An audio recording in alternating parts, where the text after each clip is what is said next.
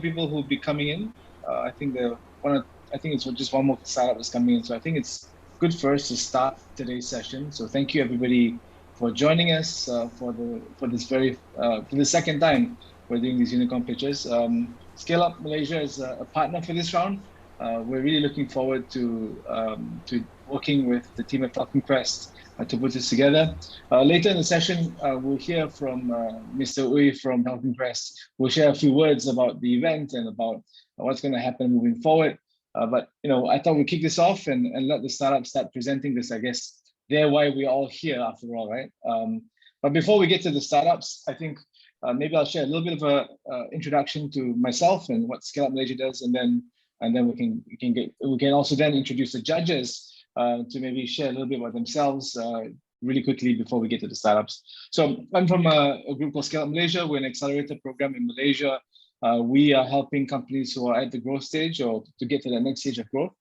We started in late 2019 and got strike with the pandemic just like everybody else. We have gone on to kind of work with many companies through the program. We started because the six partners were both in all of us in different stages of our growth in our companies. Three of us had recently exited our companies, and then there were opportunities for us to do something within the ecosystem. So we came together to create Scale Up Malaysia because we believed in helping Malaysian startups. One of the things we really believe in Scale Up Malaysia is that Malaysia has a great depth of talent. Our entrepreneurs are very capable, very strong, have huge potential, and with the right kind of support, many of them can go very far. And so that's kind of the spirit in which we come here, because we want to help find the next Malaysian success story. Since we started in 2019, we have actually made quite a number of investments. We've invested in 21 companies in various verticals at various stages of growth. And so we're very excited to have those guys on board with us. We've got entrepreneurs not just from KL, but from all over Malaysia. In fact, we've got a couple of entrepreneurs now who are from places like Singapore and Indonesia, also part of our alumni or our portfolio right now. So a couple of success stories. We had a company in the last quarter raise 3.1 million for their agri-tech business. So we've got investments in agri-tech. We had a company who raised from a blue chip company who's in Fintech space. They do like a more technical API type product. We've got a company who recently got acquired by an Australian listed entity. And that's all happened in the last few months. So it only goes to show that there's lots of good potential in the Malaysian ecosystem. And I believe in this room with the 10 companies that kind of volunteered to pitch today, we'll find maybe one or two of you guys who are going to go the distance and make us all very proud. I would like to give some special thanks before we move forward. I'd like to thank every judge who's made the time to be here. We have judges who have woken up, as I discovered a few minutes ago, at 6 o'clock in the morning to participate with us. And there's some judges, of course, we really appreciate that you're spending the time the weekend before Christmas weekend and the holiday season to spend this time with us. So thank you so much for being here and for taking the time to speak to the companies. We also like to thank the team at Unicorn Pitches or the Startup Network. It's particularly Kit and Alina who've been really supportive of us putting this event together. Thank you for helping put this together and really for giving opportunities to startups to showcase what they have in front of on the world stage, right? And I think that's really special. We also like to thank Mr. Hui Beng and Maribel Colmenares from Falcon Crest. Thank you so much for choosing to partner with us and for working with us. You've been, we put this together in a very short period of time, but you've been very supportive and really helping us put this together. And I also want to give a shout out to Raj, who's on the call. He's the guy who's actually been running around, making all the calls, making sure that everybody is ready for this event. So thank you, Raj, for doing all the hard work and the running around so that we could have this event today. And finally, I would like to thank every single startup who's joined. I'm a firm believer as an entrepreneur myself, who's been involved as a startup founder myself. You miss 100% of the chances you don't take.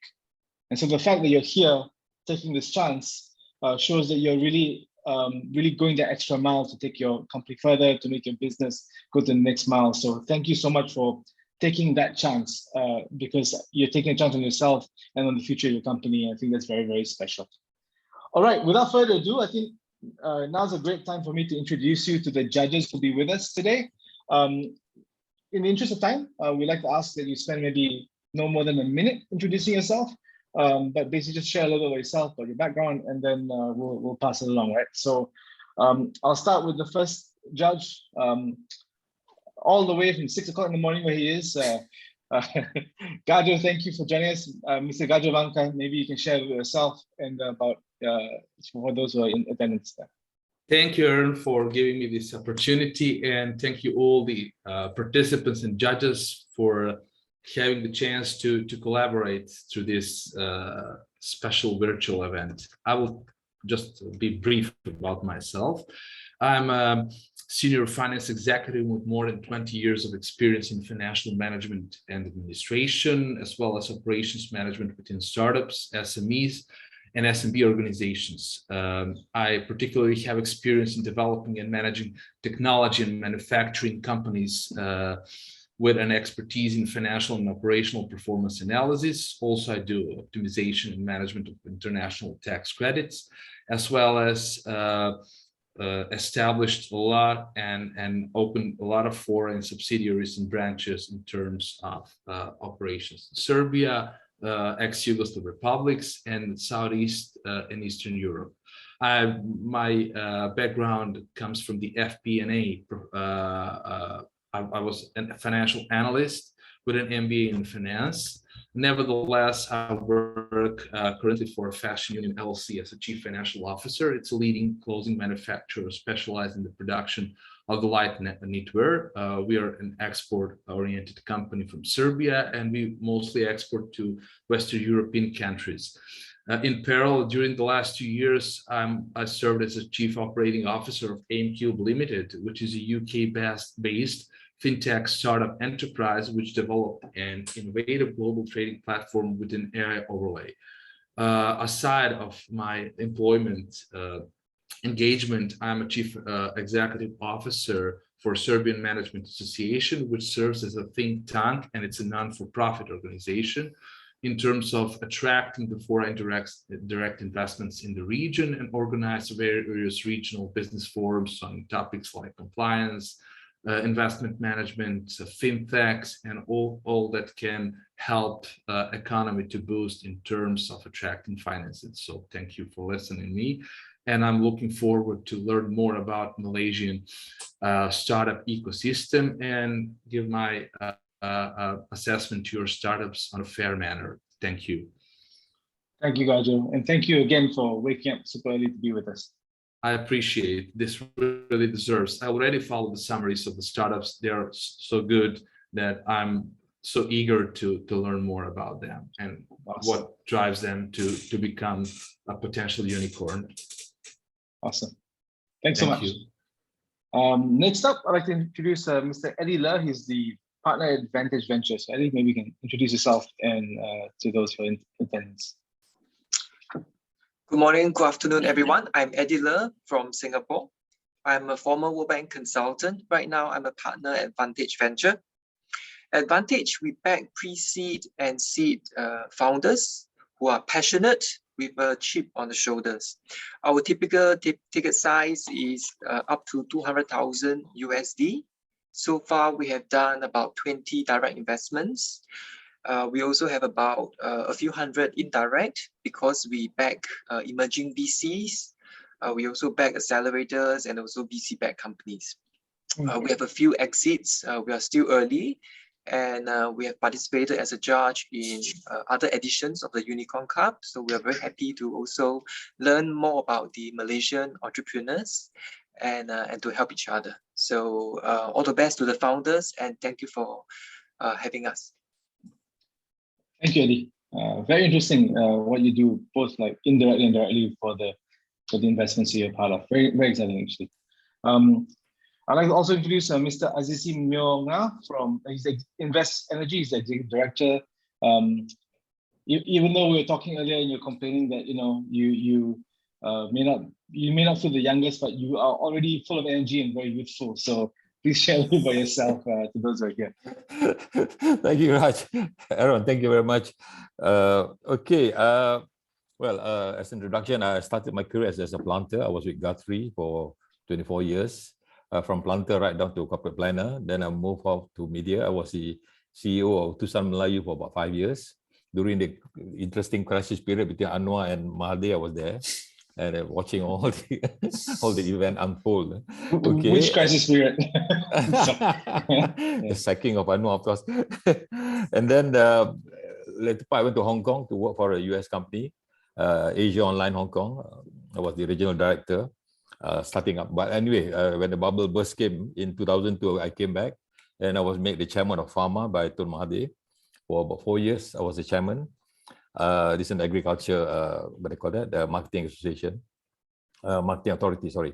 And then I left, then I was with Khazanah.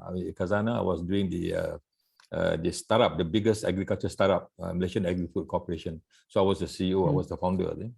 After I left there, at the same time, I was also the board member of HTC, the pioneer board member, Halal Industry Development Corporation. I was the pioneer board member, together with the Tan Sri Syed Jalaluddin. That part of position I was appointed by Pak Lah, the former Prime Minister as well. And then, of course, I call it a day. Then I moved into investment. I've got one electronic company, and I've got renewable energy, Invest Energy, and I've got one digital media, the ASEAN Post. So we're still building up on that. So hopefully, I may link with some of the startup company if they want to go to the regional, especially in the ASEAN. Yeah, that's it. Awesome. I'm familiar with the ASEAN Post. I love what they put up, actually. Good stuff. I'm familiar with the ASEAN Post. Oh yeah, that's I'm the chairman of that. Yeah. Okay. Yeah. Awesome. Thanks so much welcome for that introduction. Next up, I can introduce Dr. Daniel Gambero. I know you hail from Milan, so I'd love to hear your story, how you ended up here, and what you do. 22 years ago, 1998, I landed in Malaysia. I look at myself as a man with a brick instead of red platel in the blood. I've been in property all my life, from North to Central and South America, Europe, Italy, where I'm from originally, to land up here in Malaysia, in Southeast Asia, in the late 90s. Since then, I never moved out from here. My background has a mix of economy, macroeconomy, with a bachelor degree and a master in marketing and a PhD in strategic marketing and mass communication. I've been kind of a serial entrepreneur since day one of my working life. I've never been getting a pay slip. I've been always depending on myself, going from very small to very big, and always remaining attached to the property industry, mostly as a consultant. I am working as a strategic advisor for a number of property developers in Malaysia and abroad. I am a strategic advisor of a few housing developing agencies on a state basis in Malaysia, for Sarawak, for Sabah and others. And since 2016, I've been always believing in technology and the use of numbers. I've been learning how to read and combine numbers and data on a scientific basis, statistical basis and scientific basis. And since 2016, I've been launching my own startup called Propenomy.com, where we do analysis and combination of data to predict economic growth, property demand, and more. Since 2018, I've been a member of the Malaysian PropTech Association. In 2019, I've been elected as deputy president, and I'm currently the president of the Malaysian PropTech Association, where I am participating in a round of pitch training for our members. I am the one training them. I've been investing in a number of startups myself, and I've been invited as judge in pitching competition in Hong Kong by ISEC, previously by the Unicorn Network in August. I did 2 rounds, one in August for Malaysia and one in September for Indonesia, and a few other organizations. And I'm dealing with a number of VCs on an international basis. I'm very, very passionate about PropTech, and I'm looking forward towards a faster growth of this new industry kind of saying. Thank you very much, Unicorn Network, for inviting me and having me here today, and looking forward to hear all about these fantastic startups that we will show off today. Thank you. Thank you so much. It's a really exciting story. You're basically Malaysian. You've been here so long. Yeah. And yeah. I'm more Malaysian than Italian, actually. Yeah. I love durian and eat only with chili padi. Oh, lovely. You make us all proud. I think we cannot say to you like welcome to Malaysia. We should say that you are half a Malaysian. For some of the younger people, they probably can tell you welcome to Malaysia. And I'm actually keep on promoting Malaysia overseas. Nice. Awesome. Okay, next up is Mr. Navin Danapal. He hailing from yesterday Penang, today back in KL. He's with an exciting program called SOSV, and he's working with a lot of great startups here in Malaysia. Navin, maybe you can introduce yourself and maybe share a little bit about what you do. Yeah, sure. Thanks, Aaron. So if some of you have bumped into me previously on the previous Unicorn pitches, I think back in August, and also I was also part of the Indonesia leg as well. So yeah, as my namesake is, I look at Southeast Asia, Malaysia being one of it, and look at everything from B2C/B2B. B2B actually falls under our China Accelerator Shanghai program, whereas the B2C falls under our MOX Taipei program. Particularly Southeast Asia is the anchor focus after China, but increasingly the MOX program that we look at beyond Southeast Asia also is South Asia, anchored around India. And then we are increasingly going westwards towards Eastern Europe, LATAM, Africa, and Middle East. It's all similar markets, which are very mobile centric. And anywhere of these mobile markets, like Southeast Asia, there is an element of B2B, then our Shanghai program comes in. So we do these investments in these particular two areas, which falls under our Asia software arm. The bigger family of SOSB does cover other areas like life sciences in US, Europe, and also hardware in Japan, Shenzhen. But the core focus for this region, at least, is primarily software, either B2C or B2B. So we've made a number of investments in Malaysia, about 8 companies so far right now. Much more, of course, in Indonesia and some of the other markets which are larger like India. But of course, the idea is to see that could we help these companies go beyond Malaysia and help them grow in the region, because a lot of potential targets besides just Indonesia, but also rising regions like Vietnam. And we also look at the potentially to cross them over into other geos. For example, companies from India entering Southeast Asia, and also companies from Southeast Asia entering into the India market as well. Because in the past, we used to bring them to China, but China being more mature these days, we look at other new markets we can bring them into. So that's particularly our investment areas. We start with seed investments, about 150K US, and then we do follow-ons if the performance is good. And meanwhile, we'll introduce them to other investors along the way, including both passive investors or syndicate investors. And that's generally what we do. But there's also other elements in the program, including growth modules, market entry access to and such. And the whole idea is to be an evergreen long-term strategy of working with corporates for market access, innovation and such.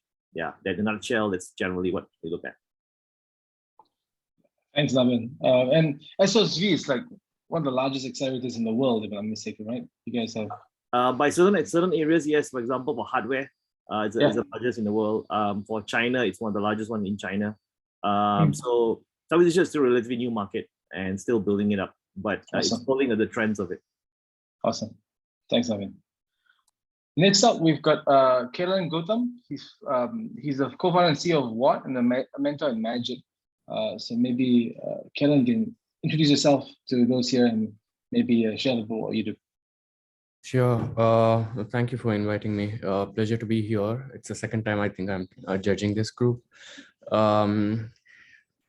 Yeah, I'm an entrepreneur and also a startup mentor. I'm co-founder and CEO at Watt. It's the world's first platform for virtual charity walks and running events. I'm based in LA, in California. Yeah, I also mentor startups based in Southeast Asia and also in California. Outside of my entrepreneurial world, I'm also Forbes listed. Of course, that's for my startup. I'm a global shaper at World Economic Forum and a climate reality leader trained by former Vice President of the United States, Al Gore. That's a little bit about me. Thank you. Thanks, Kaya. Very exciting. I love what you're doing in this space. I think a very important thing. Like, climate change, I think, is very real and it's going to impact us sooner rather than later. And it's good that people are out there like you trying to make a difference. Actually, very exciting. Thank you. All right.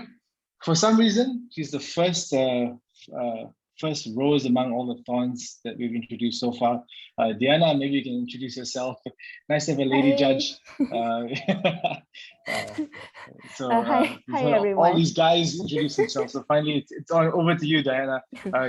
You're from Magic. Maybe you can share about what you do. Yeah. Thanks, Aaron. So my name is Diana. I present the partnerships team in Magic, whereby I manage the corporate innovation and ventures partnerships. So what this means really is that I build relationships with the corporates as well as the VCs with the goal to provide market access as well as funding opportunities to our startups. So I was previously with MDEC, may have come across with Aaron here and there, maybe at the balcony at the corner of the building or something.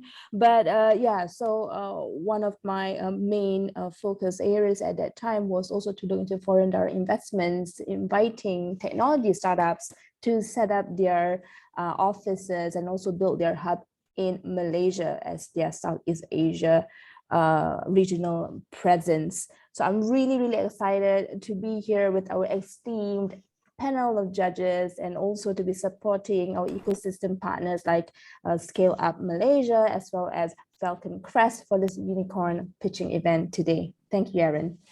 Thank you, Diana. In fact, when I first saw your name on the list, I was a little bit confused because I thought, aren't you the MDEC? And then I realized that you moved over. You're not the first.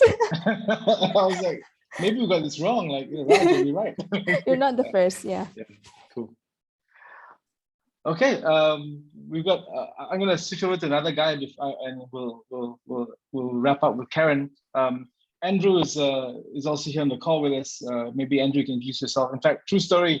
When I first wanted to start my startup many years ago, one of the first people I spoke to was Andrew, right? And back then he was known as the mad entrepreneur. And he's got a book out now called Psych Entrepreneurship. Maybe you can share a little about yourself. He's one of the OGs of the Malaysian ecosystem. So Andrew, over to you, sir. I feel like I'm an old man already, a grandfather. you're like legend territory, man.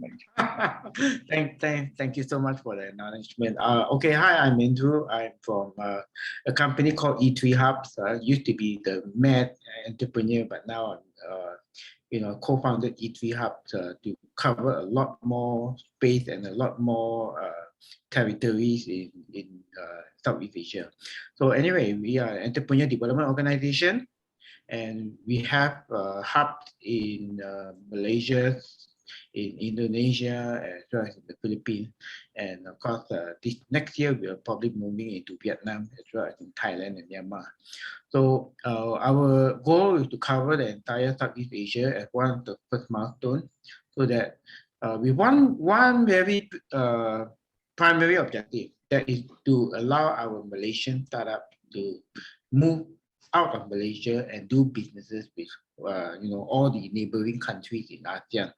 So we start with an ASEAN focus, but eventually we will move into a global focus. And that's the reason why behind me, my backdrop, is where you talk about GEAN, which is the Global Entrepreneurs Acceleration Network. So we are bringing together investors, startups, talents, academics, corporates, you name it, even government, to come together on a virtual platform. And today, this virtual platform has about 20 countries around the world, right? And so the dream is coming, and actually thanks to COVID make all these things happen. I would say it's an opportunity, where suddenly everyone is all online, and the adoption of online tech, Zoom and all this stuff, make it possible for us to set up this virtual platform. So what we want to do with this virtual platform is to use the power of the crowd, to help all the other entrepreneurs, new and old as well. Three things: to provide business support, market access, and funding access. That's why the word E3 come about, because E3 stands for Entrepreneurs Empowering Entrepreneurs. So please check out our platform, GEN platform. Members are able to go in there for free, right? Of course, there's a paid membership later on. I mean, it's already ongoing. We have about 150 paid members and about 400 plus, members in total. But by the end of next year, we're planning to reach 50,000 members. So with 50,000 members, I hope to create a closed-loop business ecosystem where we can trade with one another. So that's all for now. Thanks, Evan. Thanks, Andrew. All right. And finally, last but certainly not least, I'd like to introduce Karen Phua. She's from the Fintech Association of Malaysia. Karen, Fintech's become really hot in Malaysia of late. Maybe you can share a little bit what you do and the important work you do for the ecosystem. Okay, thank you. Thank you so much to the organizer for having me. I'll speak really quick because it's already 1:35.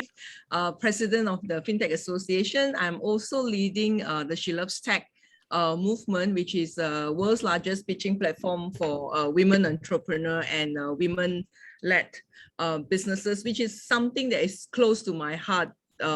It's just that we need to have more people talking about it, so then we realize and then we do the right decisions to make things right for the future, for our daughters, etc., etc. So what is happening in Fintech is the coming My Fintech Week, that is 24th to the 28th of January next year. A lot of announcement, a lot of speakers line up. So I do hope that all of you will also support the event when it comes. All right, that's all from me. Thanks. Thank you, Karen. All right, that's our lead up of all the judges who'll be here today. Thank you everyone once again for being with us. Really exciting to hear all the great work you guys are doing.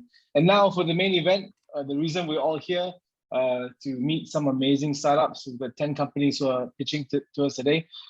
Just a little bit of housekeeping before we start, right? So just a gentle reminder to those of you in the room, if you're a startup, please make sure that you have a S prefix before your name, just so that we know that you're a startup. And if you're a judge, you have a J there so that we know you're a judge. That's, I think, just some basic housekeeping. For the pitching session itself, every startup here, you guys have 6 minutes in total, but 3 minutes for the pitch and 3 minutes for Q&A. I would advise that you try to make sure your pitch is within the 3 minutes so you spend enough time on the Q&A. And during the Q&A, try to answer as succinctly and politely as possible. We've got a lot of judges, so there's a chance you may get quite a number of questions. So if you're brief and clear with your answers, you may get more questions from the judges, which will be opportunity for you to share more about your company. Raj will make you guys who are pitching a co-host prior to getting you online to pitch. So don't worry about access to screen, share screen and whatnot. Raj will handle this on the back end. So just make sure you're ready for that. And last thing, I see already happening, but please feel free to use the chat box to communicate, exchange LinkedIn profiles, phone numbers, whatever, right? So you guys can keep in touch even after the event. Sometimes these events, of course, you wanna win, you wanna get the #1 prize, but also, when you meet some really good people, you never know if you find the next investor here, or you find your next business partner here, or you find the next collaborator who can make your supercharge your company and take you to the next stage. So take advantage of this opportunity as much as you can.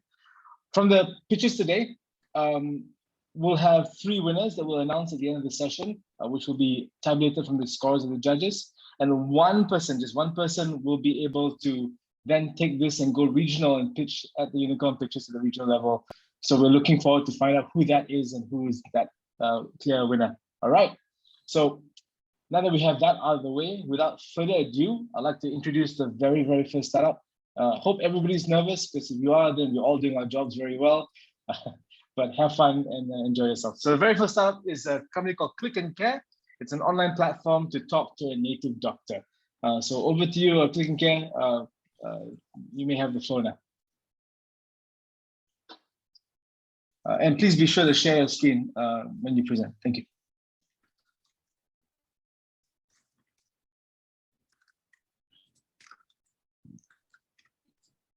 Yeah, good afternoon. I just want to make sure that you can see my screen.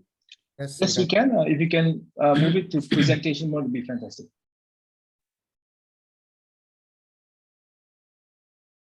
I'm just trying. Okay. All right. I can start now. Yes, time will start right now. Yep. It was sometime in 2020 when Mr. Alim, a migrant worker from Bangladesh, already bought a ticket with $250 and he was supposed to go back because he could not resolve his problem here. Suddenly he came across Click and Care on the Facebook and contacted us and paid 30 ringgit, which is about $8, to see an ENT specialist from Bangladesh over our platform.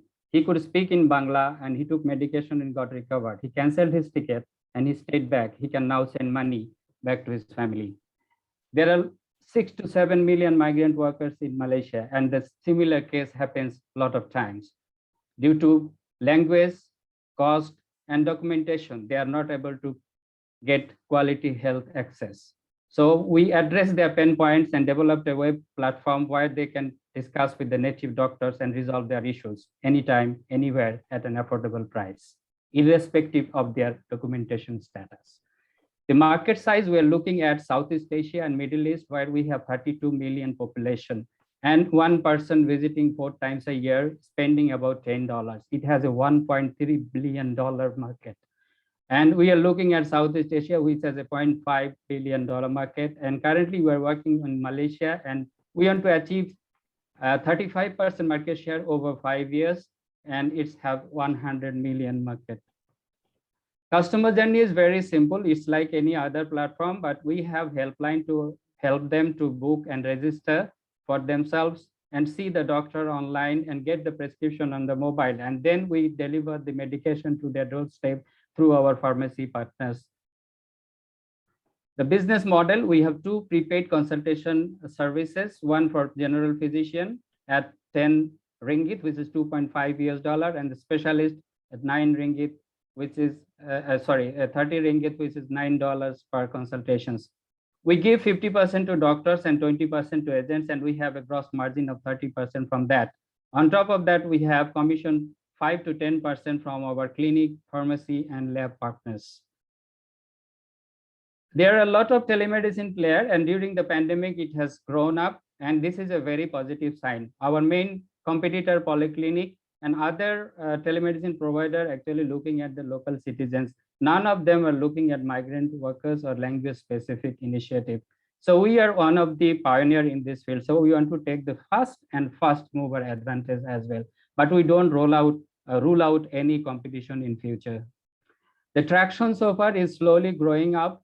We have 50 native doctors from Bangladesh, and we have already registered 3,000 plus customers on our board, and 1,100 plus e-prescription issued with a 30% conversion rate and with a lifetime value of $120.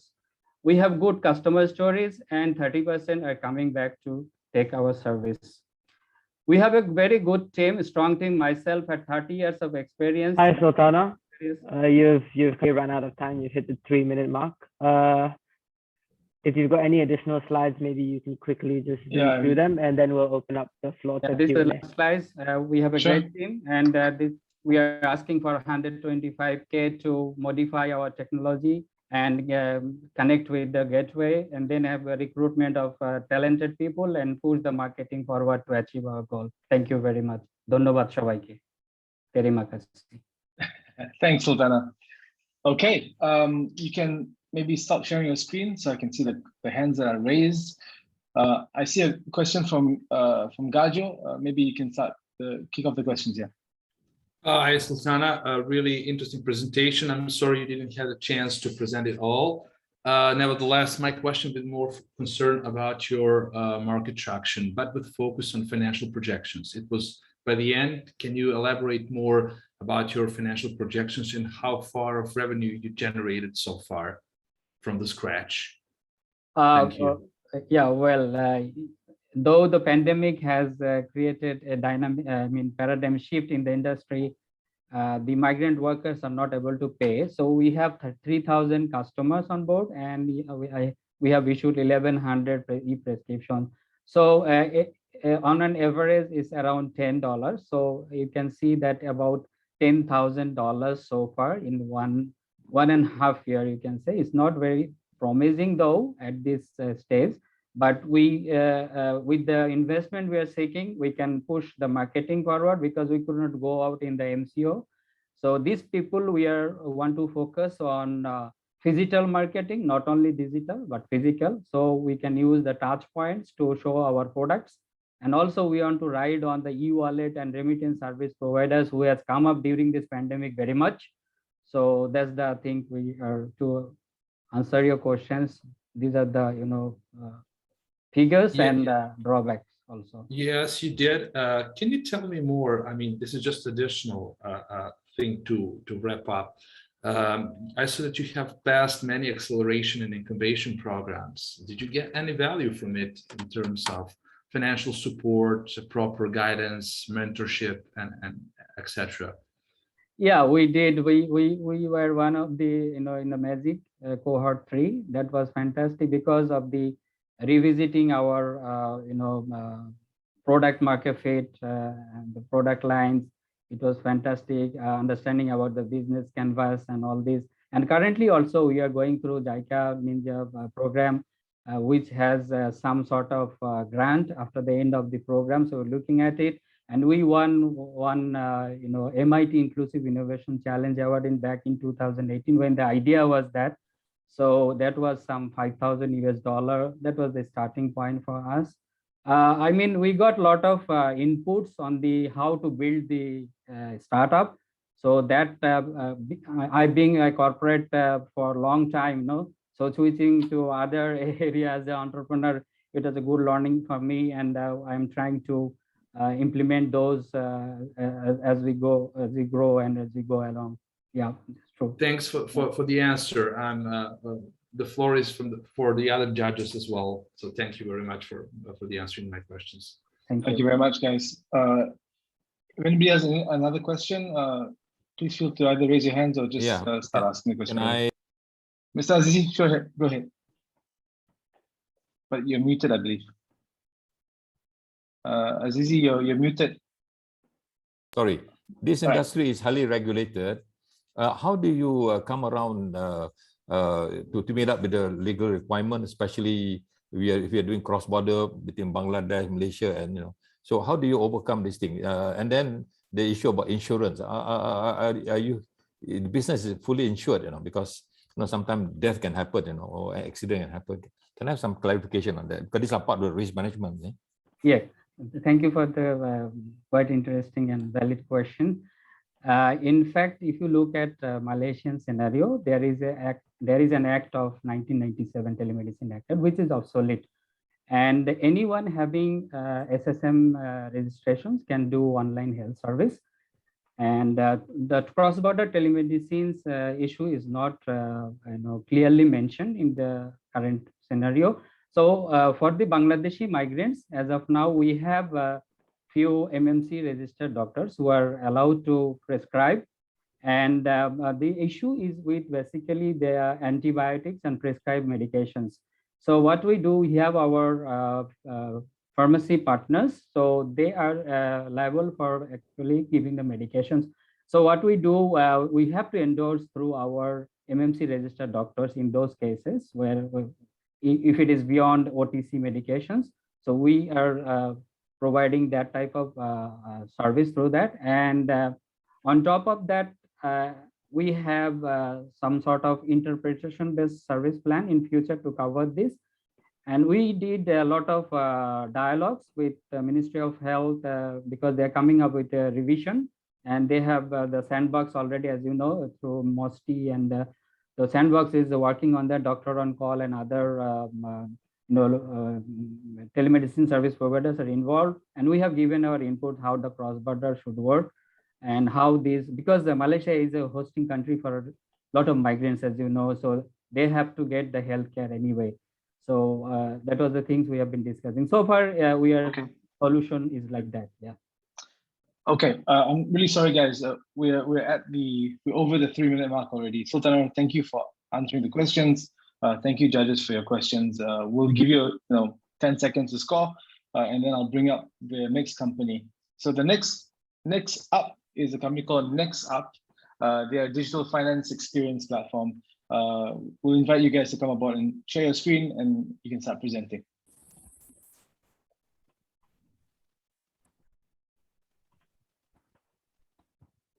Yeah. Can you see my screen? Yep. Yes. I love the color. All right, over to you. Your time will start now. Okay, so good morning and good afternoon, everyone. So I'm Jeremy from NewXP. So thanks for the opportunity given to me today to present to all of you on why NewXP is a one-of-a-kind digital banking app. So imagine moving to a new country without a bank account and not knowing the right processes of getting one or where to start. Or would you even know like how to access to the local services without having to install many apps or searching for the services on the internet? So these are some of the common issues that some of us may be familiar with, especially when traveling to new places. So at NewXP, we actually make it easy, simple, and instant by solving your banking concerns abroad and easing your journey with direct access to lifestyle services within the same app. So you actually get to open and use your bank account instantly, even before you reach your destination. And you even get to subscribe to local services such as travel, shopping, entertainment, and more within the same application. So going beyond just a banking app, NewXP provides you with a complete financial and lifestyle ecosystem that is built via a modernized banking as a service platform and open APIs. So here are some of the highlights of our product offerings. So in addition to the fully digitalized offering, our users would also have the single sign-on module to all the banking and lifestyle services, whether locally and abroad within the same platform.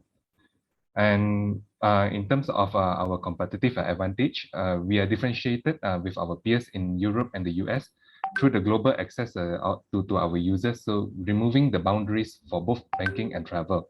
So we also believe that rewards should not only be limited to just one location. So hence our global rewards program here provides a borderless earning and redemption mechanism. And we look to serve more than the 67 million non-residents in both the Europe and the US in the initial phases of our deployment. And a bit of our business model, so it is based on the B2B2C, so with multiple revenue streams coming from subscriptions and also transaction fees. And as for the team, so we are comprised of seasoned bankers and entrepreneurs. So, and all of us, we do have the vision as well to transform the digital banking landscape. A bit about the financials. We seek to break even in year one itself, post-launch, given the low CAC and also the attractive margins. And a bit about the ask. So in addition to the funding that we are seeking for the rollout of the subsequent phases, we are looking to connect to strategic partners and mentors in the respective regions. So this concludes my presentation with NewXP, with its disruptive innovation, which integrates both banking and lifestyle services into one app. We look to transform the user experience and also be the next norm of digital banking. Thank you, and happy to take any questions. Thank you, Jeremy. Great presentation. You can stop sharing your screen right now, and I'll open it up to the floor for questions from those who might have questions. Hi, Jeremy. This is Andrew here. Hi, do you have your digital banking license already? And we have not applied actually for the digital banking license, but currently we have already a few banking partners on board. So like for example, in the Europe, our partner is actually an e-money institution, and in the US, our partner is a full-fledged bank. So the offerings would be slightly different in the respective geographical areas, but this is something that we are looking as well in terms of the product roadmap. So say for example, in Europe, to go for, a partnership with a full-fledged bank moving forward. Well, are you saying that we cannot right now? Can we put money into your app and use it? Okay. In terms of the banking solutions, we will only be rolling out in Q1. So for now, what we have is actually the lifestyle solutions that is available. Thank you very much. Before I go to Gaju, I saw Kellen get a question just now. Would you like to ask that first? Yeah, of course. Yeah, it was partly already answered, but I have a little more to ask actually. So since you don't have the traction yet on the banking side, what's your go-to-market strategy? I recall you saying you're doing B2B2C. What would your go-to-market strategy be? Okay, so our go-to-market is basically to have that collaborations with all the I would say combining both our on-ground and also the digital. So for the on-ground activities, we are currently closing, I mean, like the collaborations with all the potential partners. So in this case, it will be the universities, education placement agencies, and also the migration agencies. So this is, I mean, like a part of our initiatives in reaching out directly to our end users. So, but of course, on the digital side as well, so we are also tapping into the local communities where we are presenting, I mean, like this particular platform where, so say for example, if the banking offering is not available yet, so what we will do is that we will get the users on board to start using the lifestyle offerings, but they can actually facilitate payments through, let's say, the other cards or even like accounts that can be used to fund all these transactions, and subsequently convert them when the banking offering is made available. Okay, thanks, Remy. Gajo, you have a question as well? Yeah, of course. This is the last question because we got like 30 seconds. So. I'll be short. Jeremy, thanks for the presentation. It was really nice to listen all what you have to deliver. I understand who are your competitors on a local and of course global scale. Also dig the Revolut and the Sterling Bank as the unicorns. Nevertheless, my concern would be about your projected revenues. How you came to the figure of 94.7 million achievement in year 3, and that you had in the first year 6.3 million. Can you elaborate that? I know that you have forecasted, base your forecasts on the growth in the lending book and customer growth. And can you elaborate more in details? What does it concern and what kind of a demand projection supports this statement, financial statement? Thank you. Yeah, sure. Thanks for your question. So basically, how we derive on these numbers is because we do have, I mean, like the respective revenue contributions from the various sectors. So whether it is coming from the banking side or on the lifestyle side, and in terms of our projected numbers, so we can actually see like a growth on a year-on-year. So the reason is because of say for example, the aim of integrating more lifestyle offerings that happens on the platform. So we are looking to increase the average ticket size of the transactions that is happening. So that is how we can manage to get those numbers, even if the numbers are not growing, say as based on the projected whether in terms of the subscription or whatnot. Then the other area is basically, I mean, like aside to the revenue streams, you are also looking at all the bundling that could happen on the platform as well. So that would also contribute, I mean, like whether it is a direct or indirect revenue streams. So I hope that answers your question. Thank you. That's what I wanted to hear. Thank you, and good luck. Thanks, Gajo. Thanks. Jeremy, thanks so much. Your time's up. And thanks for sharing about New XP. All right, we'll go with the next startup. It's Fintech. Hi, thanks for joining us. You're one of the first guys in the room, so we've spoken to you quite a bit. So looking forward to hear your presentation actually. So if you can share your screen and then get into presentation mode, and we'll start the clock. Okay, sure. I will also do the time counter. Sure. And then after this presentation, maybe during the Q&A, you guys can let me know that why I was rejected by 100 reasons. Sure. Okay. But I also know the answer actually. Okay. Okay, so you're thanks so much. Time starts now, yeah? Okay, sure. Hi, everyone. So the company name is Fintech, a combination of Penang plus typing. So as the tagline mentioned, it's a future of wealth management. For a 3-minute pitch, I will skip a lot of slides and I want to just deliver the key information of this company. If one-liner to say it, we are the fully automate AI active management, which means it's not passive management, it's active management. So every individual block that you see on the screen is actually an individual AI fund manager. So I will straight away give you a user use case. So a professional fund manager company, when they want to launch a new fund, the first thing they do is they need to hire a fund manager. But for us, it's very straightforward. They just come to us and take an AI fund manager to manage the fund for them, just like that. So in short to say, we are replacing fund manager with AI and active management. So our framework is actually all developed in-house, and now we already have a 300,000. Actually, now we have 30,000 AI. Each of them are unique, and all of them actually are focused on different field. For example, if you tell me, Young, I want to invest in technology company, US. Okay, so you just come to us and find the AI that is specialized on technology field, and then after that, the AI will manage the investment for you. So this case study is the first case that we actually provide to the professional fund manager in the market for 40 years to due diligence about us. So we choose this because this is a real case, not because it's the best. So the mandate very straightforward. SP 500, medium risk, short-term duration, focus on the company that revenue grow, and then adjust, review the position every 2 to 8 weeks time. And then what the AI do is on the individual stock level to decide the holding percentage, or close the position, reduce the position, increase the position, or new invest into new position. And you can have a very simple expectation that no matter what kind of requirement that you give, the AI, you can give a positive expectation that is always 2 times better than the index. So how to say, I will skip all the non-necessary part, and then also in short to say, me and Tessie, we both are the AI developer. And then so we both are the most important person in the company.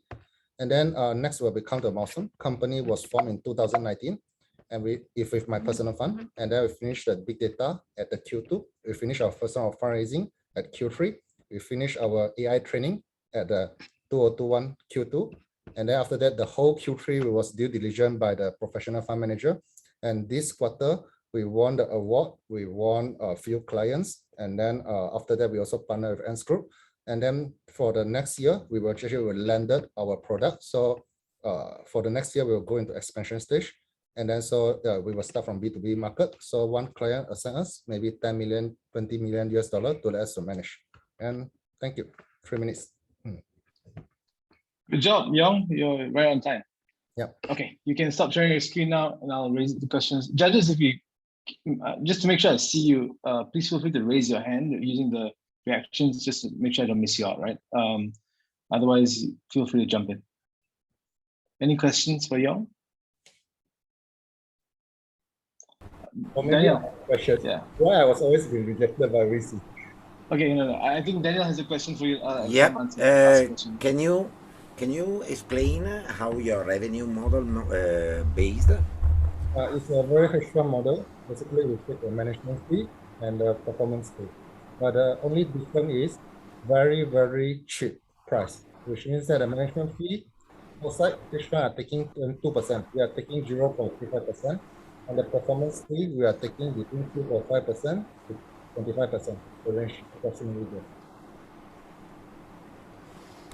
Have you already completed the proof of concept?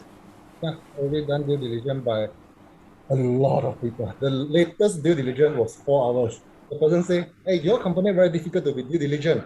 How? Then I say, yeah, so far we are due diligence by a fund manager.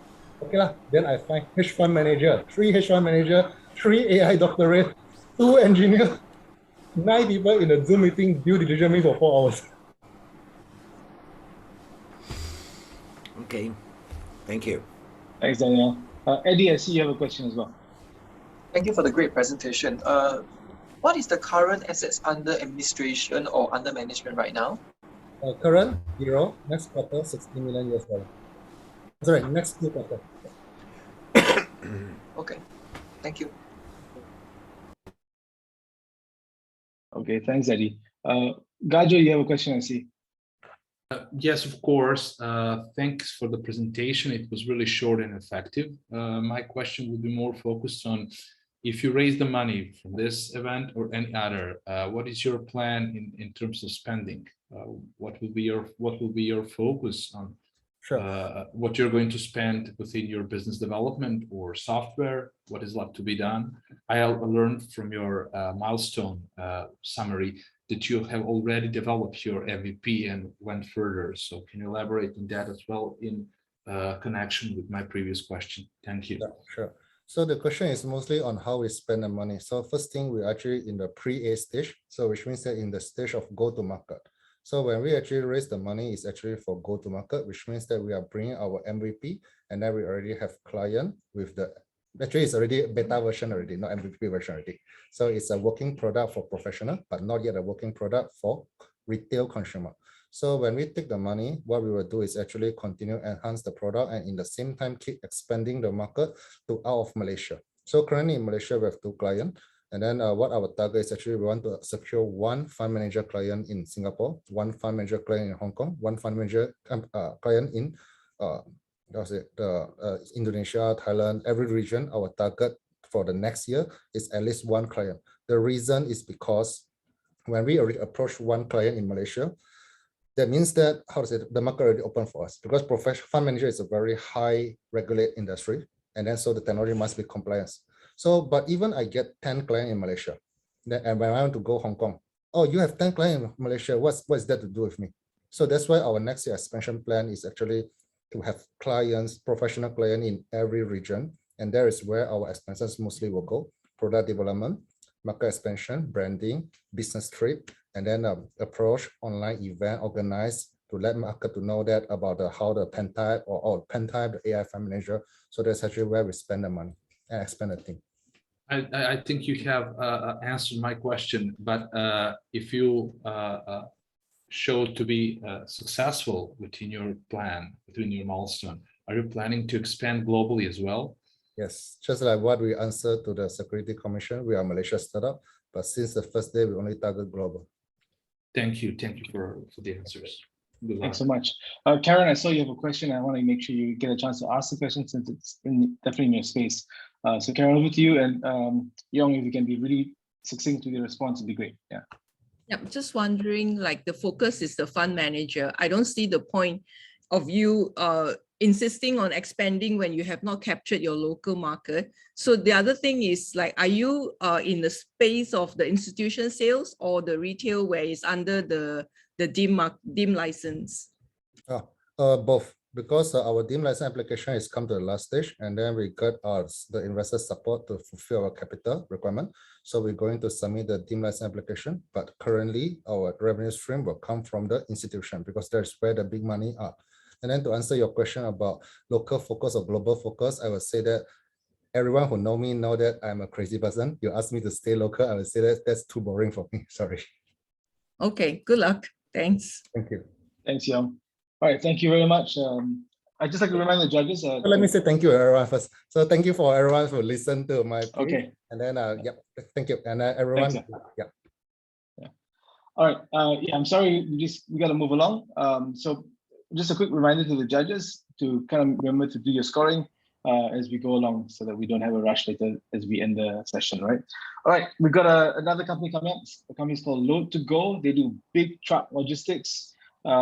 I want to know how big is big. So I'll hand over to the founder, Ivan, to kind of share. So Ivan, once you hit your share screen, we'll hit the time. Yep. All right, Ivan, time starts now. Hi, my name is Ivan Sia. I'm the CEO of Load to Go. We are on-demand big truck booking platform. What do I mean by big truck? It's those 30-footer or 40-footer truck they see on the highway that carry equipment or machinery such as excavator. We are here today because we believe that we are able to ease delivery easier, faster, and generate more profitable to corporate customer and transporter. Problem and opportunity, we found that corporate customers are having issue in finding transporter availability, search convenience, and delivery punctuality.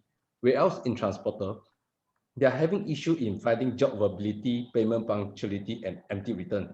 So there's a market gap in between here that we're trying to fill. So our app is ready, it's running. It's only 3 steps to book a big truck, clear and concise process for inputting booking information, and your job will be accepted within 4 hours. So our business model and solution is to connect customer to transporters via our Load to Go platform by eliminating agents and borders. We are the only logistic platform that provide instant quotation for big truck, instant budget price for big truck. With easy secure payment process, revenue is based on commission. In commercial transport vehicle in Malaysia is around 48,000, and we have signed on around 3,000, which is about 6%. So the market is still large, very large market to tap. So we are disrupting the very traditional manual logistic business such as phone call and paperwork. So this is the Malaysian market size, looking to 337 million ton in 2019.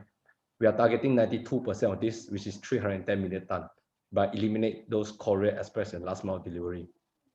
By converting these 310 million tons into revenue in Malaysia itself is 3.3 billion USD. So we separate them into small logistics service, medium logistics service, and big truck logistics service. For small, they're charging around $6 per trip. For medium, they're charging around $75 per trip. And for large, we are charging around $210 per trip. So we are able to generate higher revenue with similar profit margin of 13%. So we are targeting the niche market that transformed from traditional to non-traditional, just like Mampang in China and Breakbar in India. So this is our traction forecasted to be 25 million USD in 2024. And this is our actual financial year from 2018 to 2020. It has slight drop in 2020 and 2021 because of COVID, and expected to grow to 25 million by 2024. So this is my management team. It leads by a diverse team with well-rounded experience in logistics, sales, IT staff, total of around 60 over years of experience in the group.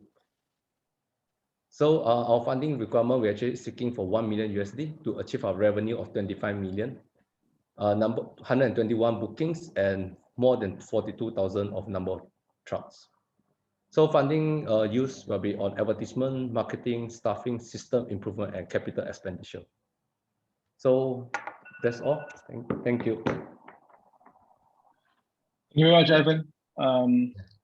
You can stop sharing your screen, and I guess I'll hand it over to the judges. If you've got questions, please raise your hand so I see you and make sure your question gets asked.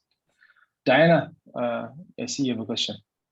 Hi, thank you for the presentation. So I have two questions actually. One is on the competitive landscape, like who are your competitors, particularly for the Malaysian market? And secondly, what is your go-to-market strategy for this business that you presented? You can help to share. Okay, so currently it's a B2B market. We need more sales staff to close the customer. So existing transporter, they are very reliant on the existing transporter, but it's all through paperwork. So once we give them the convenience to use our app, they will stick to us. So our first customer has been with us since 3 years ago until now, and he never stopped. So it's more on, once they're used to it, they will keep using you. So our go-to-market strategy is to hire sales at different regions to recruit different customers, get them to use our platforms. Then we create stickiness for them to keep repeat the orders. And then on competition there is a small, medium, and large, but there are a lot of players are going into the B2C market, which is the small delivery bikes and car or small truck. So we are still very focusing on all the big truck at the moment. So we separate ourselves from them. So if you can perhaps share some numbers on what is the actual number of the assets from the potential truck providers that you have today? So far we have around 3,000 trucks connected into our platform. Ready. Yeah. Thank you. Thanks, Diana. Azizi, I see you have a question as well. Right, thanks. No, I'm very much involved in this COP26, which is climate change. There is a program called Race to Zero. Now, a lot of them I'm trying to convert the transport vehicle truck either into electric or using hydrogen because of the carbon footprint and so on and so forth, because of carbon emission. Now, have you taken that idea into consideration? Because this is coming down very fast. Within 2-3 years, by 2030, some of these things must be converted. Just an opinion from you. Yes. So basically, when we have all this data that connected to our platform, we actually know all the route of all these transporters are moving. So we can leverage on all these transporters to going back empty to fill up with goods. So example, from KL, there's a customer who want to deliver their goods from KL to Johor, and Johor back Johor to KL. So total will be 4 trips. By using our system, they can complete this job by 2 trips. Oh, that's the carbon footprint. Okay. Yeah. And that will reduce the carbon footprint by 50% if we just buy empty truck on the road. Thanks. Because Gajo, last question goes to you, and then we'll call it off.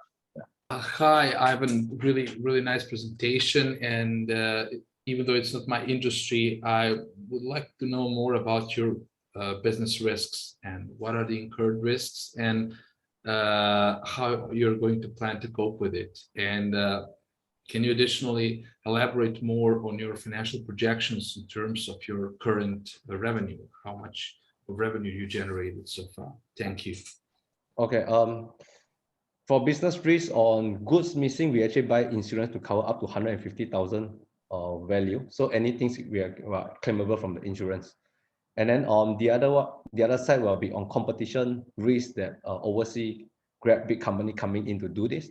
So we actually need to scale very fast by capture all these transported into our platforms, and then to get existing player to start to use us. Once they start to use us, they will stick to us, then click the stickiness so that, you know, they do not want to change, because it takes times from changing them from, you know, from a very traditional way of phone call and paperwork to use us.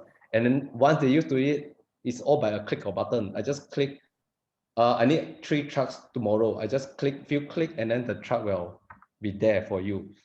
So it's so convenient that they may not want to change to another company.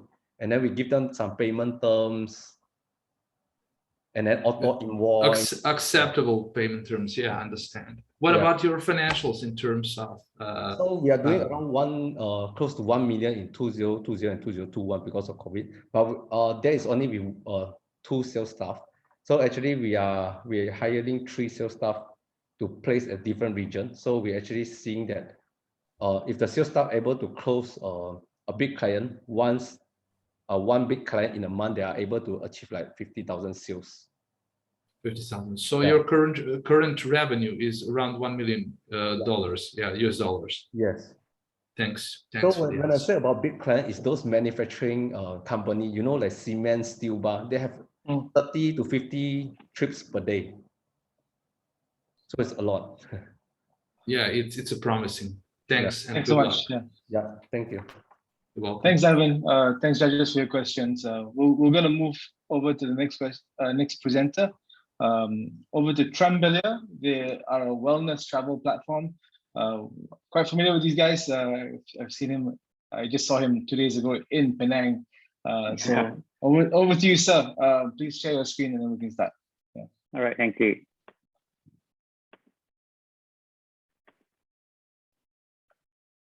All right, time starts now. All right, the online marketplace for wellness holidays. That's at Trembelia.com. Enriching the holidays with rejuvenating and refreshing experience. I'm So Izuka, and I'm a 4-time intestinal bowel surgery survivor. Our annual GDP has increased 42 times from 2019 with the unique economics, and being selected to be part of RISE Collision 500 startups and the finalists of the MDEX on the Greenstone Bootcamp are the proof of our capability. Our business model is similar to Click, but focusing on beauty and wellness activity. Healthcare is important, but simply keeping up to it can be rather boring. Travel to different countries or experience wellness treats on the side to add up some spice. Now, that is when the twist comes in. Pandemic has surely opened our eyes that the prevention is crucial, and transforming health management into entertainment as preventive medicine activities for sustainable development goals. $700 billion US, that was the medical and wellness tourism global market in 2018. Although we are targeting travelers, most of competitors are targeting patients, and they are kind of the coordinator style, and we can be a B2B inventory supplier for them. Medical tourism platform business has been several problems before, and we are innovating it with the OTA strategy and technology. We take 10 to 30% commissions from our partners, and now expanding distribution channel as unique travel inventory supplier. To date, we have partnered with KKday and also with the Ion Credit to reach 3 million of card members, and partnership with Maxis enable us to reach 10 million of their app members. And we developed a DX solution for clinics, which delivers instant confirmation booking for our customers and a booking management solution for our partners. During the pandemic period, we have been working on a new side project in HR field, and we provide attractive and exciting wellness inventory on our corporate experience program for millennial workers who are core human capital in Southeast Asia for the next 20 years with very affordable pricing. Our company is managed by OTA experts and medical specialists. And now we are working on fundraising, and the funds will be used for talent acquisition in 4 major key factors, such as expanding variety of inventories and developing wider distribution channels, creating better customer support, and improving product itself. Thank you.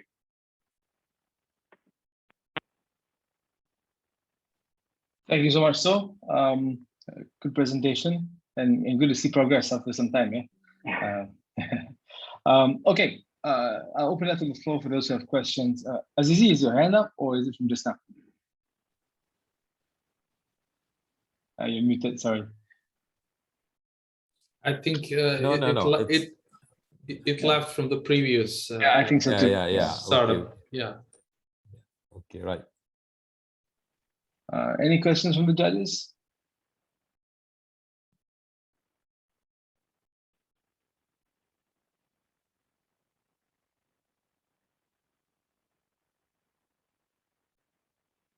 It's okay. So like, okay. you know, I'll ask a question then, since there are no questions from the judges.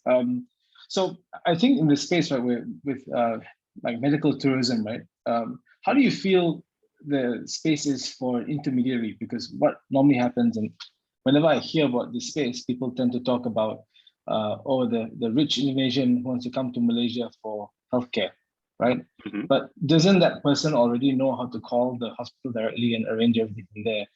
How does Trembelier add that value in the middle that makes both participants in the marketplace want to use Trembelier? All right, that's a good question and a good point. And as you say, like Malaysia is like pursuing to welcoming the international travelers from all over the world.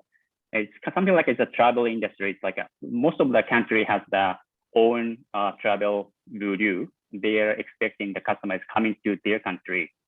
But in the travel industry, they have like OTAs or travel agent, they like kind of aggregator. In this segment, definitely need aggregator. Then the customer can choose from the many options or the many destinations. And also we are kind of focusing on the casual treatment as a preventive medicine, and not focusing on like serious diseases, which is needs to have a very special arrangement. There are like some competitors are focusing on the part. Yeah, because they need like coordinated styles and very different arrangement. So we are like taking the OTA strategy to provide more casual like kind of beauty things. Yeah. Okay. Raju, you have a question. And then hi, I use time to think through because it's not my industry. Nevertheless, I would like to know more. Thanks so for your presentation. It was really effective.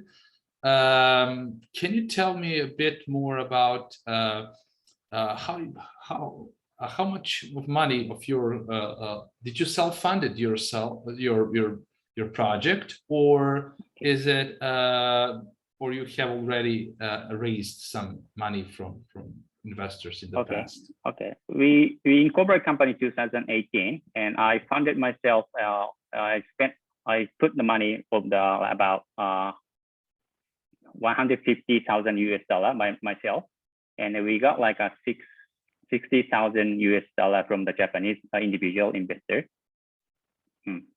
So far, So for the software development, you know, I know that many startups, from my experience and from my peers and business competitors, are generally if they cannot afford the current technology development, they always hire a good CDO who can outsource people and give them equity for their service. And of course, the succession fee is will reflect within the year or two when the company starts to generate revenue. So I don't know if this is the case with your project, but would like to know that as well. Okay, you can share that with us.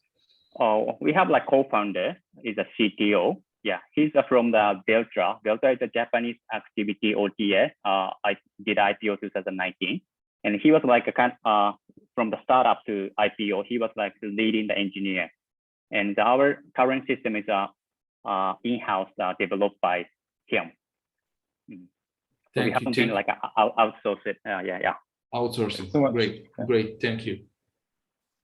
Diana, you have a question, and then Susan, if you can respond really quickly, will be great.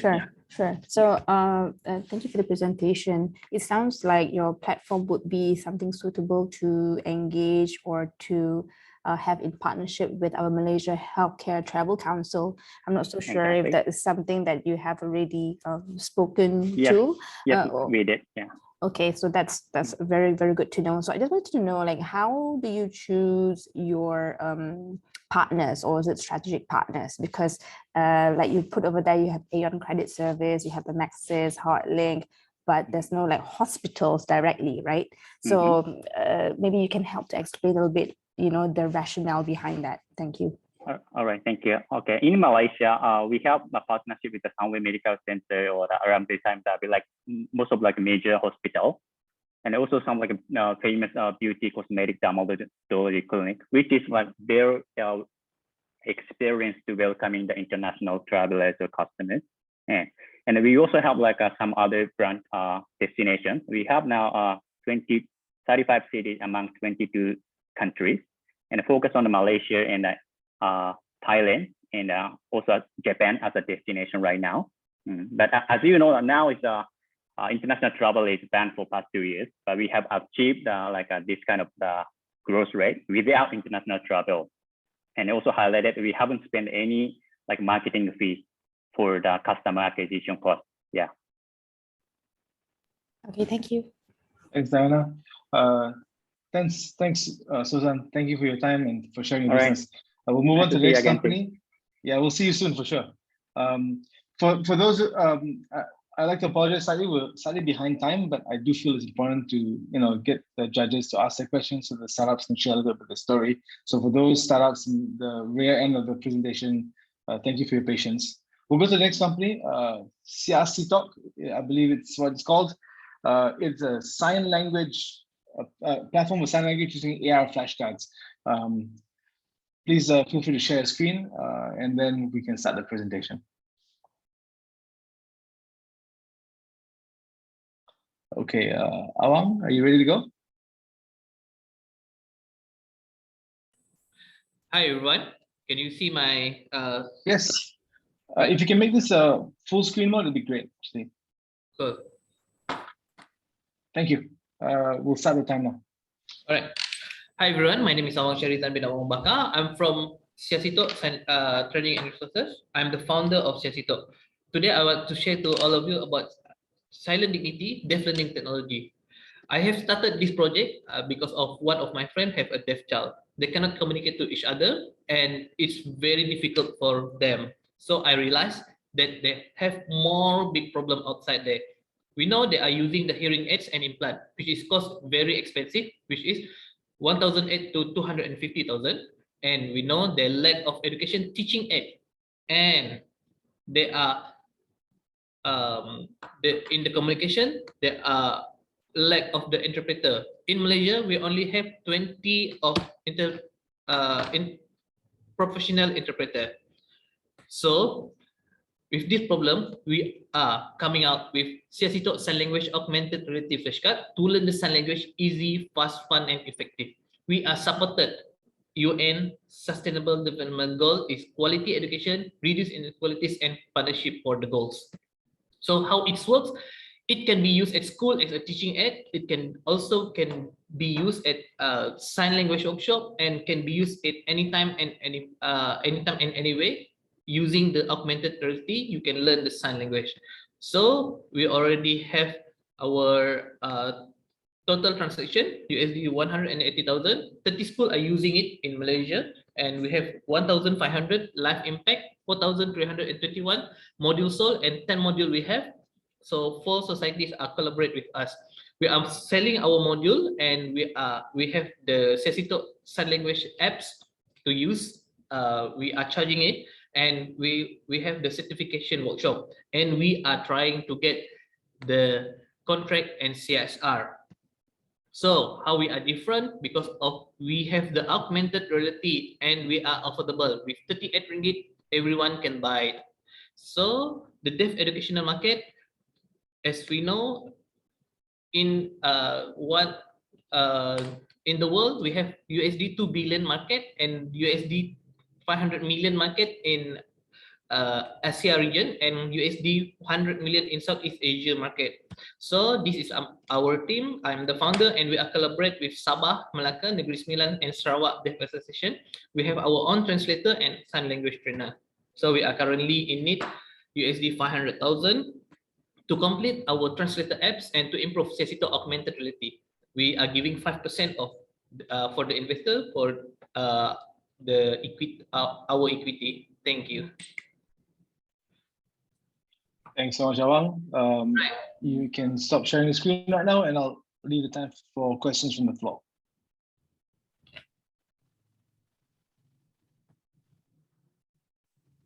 Any questions from anyone?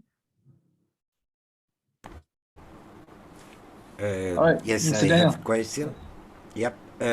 Are you already in the market? The go-to-market has been done already or still proof of concept or even earlier? We're already in the market. We already use in Malaysia, Singapore, and Indonesia. We also have in Philippines, but it's not too much. And what type of revenue are generating at the moment? We selling our module and we have our apps, which is their download. Then we get the money from that, and we are doing the training also. So we're doing like that. So you have three different stream of revenues. Yes. The module, the training, and the downloading of the app. Yes, it's true. Okay. Congratulations for the presentation. Great presentation. Thank you, sir. We are giving the impact, actually. So it's a B2C or a B2B model that you're looking at? Actually, right now we are B2B and B2C. Most of our sell right now is B2B. Okay, and I saw in one of the slides that you have generated 150K revenue so far. What's the split between B2C and B2B there? 70-30. 70 is for B2B and 30 is for B2C. Got it. Thank you. I don't know if you know about this startup Deaf Talk. They're based in Singapore. They're doing phenomenally well. You should look up. They're not there on your competitor slide, but they are very direct competitors to you. They're doing phenomenally well. You should look at them. Deaf Talk, isn't it? Yes, it is. It's from Pakistan. Yeah, from Pakistan, but Yeah. they have from Singapore and they moved to Singapore. All right. Our friend also. Oh, nice. Thanks, Karen. Do we have one more question? I think, Eddie, you were trying to say something just now. Yeah, the question was answered. Oh, okay. Thank you for the presentation. It's very good. Excellent. I have a question. Oh, sure. Go ahead, Andrew. Okay. I understand that sign languages it varies in different countries because of the different languages, right? How do you reconcile all that if you're talking about global market? All right. Thank you, Mr. Andrew. Because of the sign language is this is the sign language is adaptable from American Sign Language, which is can be used in 120 countries. It's only different, only a dialect, which is the dialect from Malaysia. We have a Malaysian dialect. Singapore dialect. Indonesia, they have Indonesian dialect. So it's only 20% different, but most of them is same language and they can be used internationally. So it's not a problem. Thank you very much, Awang, and thanks for the question, Andrew. Great stuff. We'll move on to the next presenter. So thank you so much. All right, I believe next up we have My Bump Media, and we've got Nadia with us who will share a little bit about using the crowd for advertising. So Nadia, if you're good to go, we'll start the time right now. All right, thanks, Darren. Hi, I'm Nadia. I'm from My Bump Media, the impact-driven advertising technology platform powered by the crowd. Globally, governments allocate hundreds of billions for welfare programs. Just in Malaysia, every year, 21 million people receive monetary aid. This costs over 5 billion for the country, but recipients only get an average of 300 ringgit, an amount they spend within days. The advertising industry spends over $500 billion every year, whereas it takes less than 200 billion to end global poverty. In fact, a 10% increase of income can reduce a country's poverty rate by 30%. That's where we come in. Tapping into the advertising industry and with the help of technology, Maiba Media uses data to execute crowd advertising campaigns easy enough for everyday people, who we call ambassadors, to earn while providing a powerful advertising solution for brand owners. Our services cover outdoor advertising via Karab ads, CrowdStorm, or human billboards, as well as online advertising via social media endorsements and product feedback. Through our services, ambassadors earn by doing what they normally be doing every day with minimal effort. It's hassle-free additional income. Our services are supported by our technology solution for automated execution and real-time performance monitoring. In summary, we are an intermediary platform that connects brands and ambassadors. We work with brands by understanding their campaign strategy and select ambassadors that fit their target audience. Brands gain reliable campaign metrics with performance guarantees. Our ambassadors are everyday people looking to earn through advertising. Currently, we have over 50,000 registered ambassadors, a majority from the B40 group. These are 3 out of thousands of ambassadors who have benefited from our campaigns, and they have successfully increased their monthly income by over 10%. We improved their financial standing and literacy through continuous opportunities and training. We value impact and believe a business can be both profitable and impact-driven. Our integrated platform allows for seamless campaign execution and performance tracking, built for the advertising industry's need and speed. With ASEAN as our initial market, we target a revenue of $200 million. We aim for 40,000 advertising contracts worth $5,000. As a business focusing on impact, we value being a sustainable business too. To date, we've worked with over 30 clients, including multinational corporations, the likes of Disney and Shell, and given back to thousands of ambassadors. Our goal is to impact 10 million people with our solution by 2026 and directly contributing to United Nations SDG 1, 8, and 10. The impact of our goals are related to our clients as well. We are advocates for crowd advertising, not just because of its effectiveness and impact potential. We believe crowd advertising is the most sustainable and innovative solution to overcome poverty, and we're just getting started. We seek investors, mentors, and partners to support our goal of reaching 10 million people towards being a market leader for impact-driven advertising in ASEAN. We look forward to have you in our crowd advertising journey.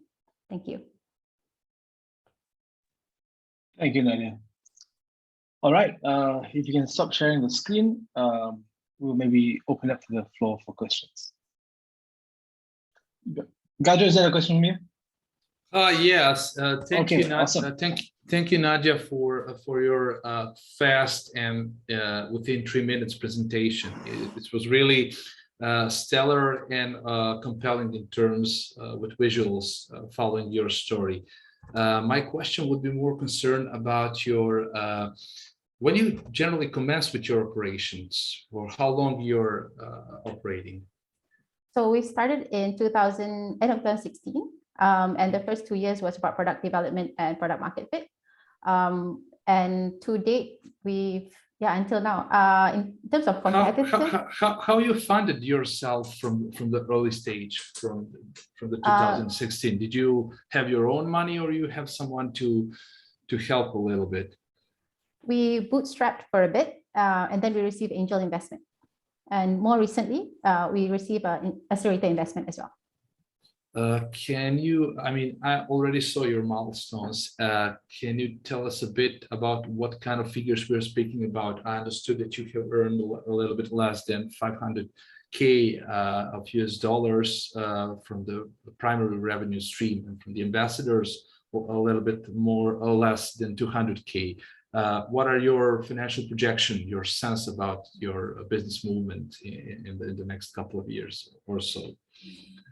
So in terms of our financial projections, it ties very closely with the campaigns that we run, and also the ambassadors earning. We make a margin of gross 45%.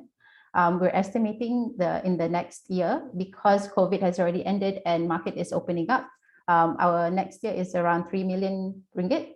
And for that front, we're looking at a double growth year on year. Thanks for the answer, and good luck. Really great presentation. I like it. You're welcome. Thank you, Gajo. Appreciate Any it. other questions?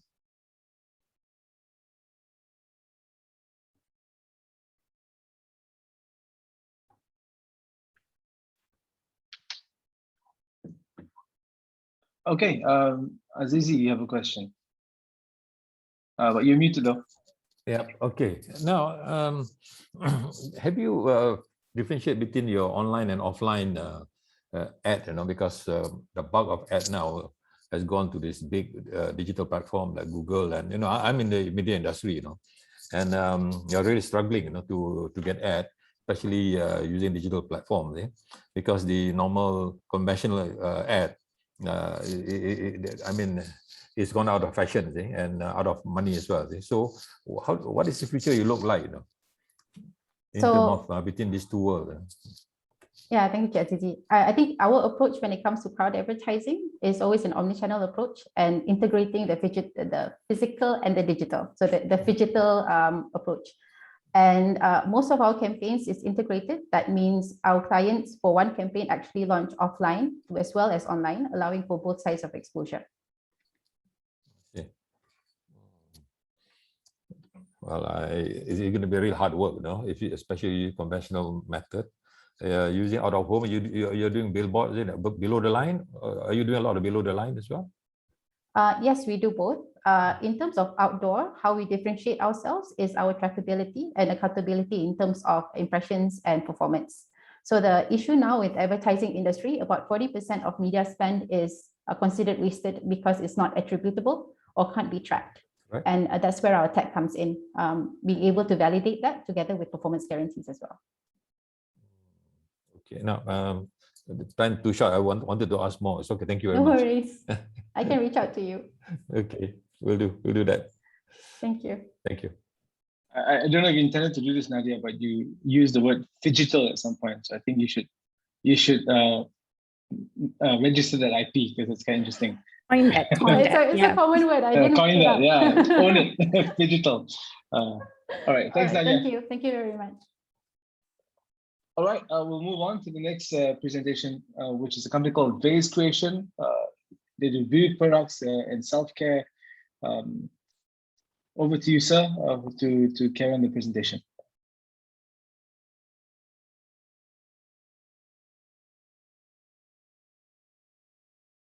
Hi, are you there?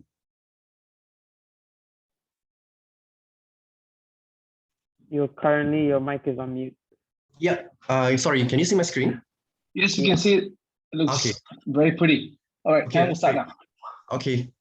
Hi guys, have a good afternoon. My name is Lawrence. I'm the co-founder of Vase Creation. So Vase Creation is the Southeast Asia destination for clean formulation self-care products from beauty to personal care, which are suitable for all skin types. So the problem is, our founder and co-founder has eczema, which causes extreme discomfort, emotionally draining, and sometimes even to the extent of discrimination. As victims of eczema and dry skin, we found either very limited range of products suitable or very expensive.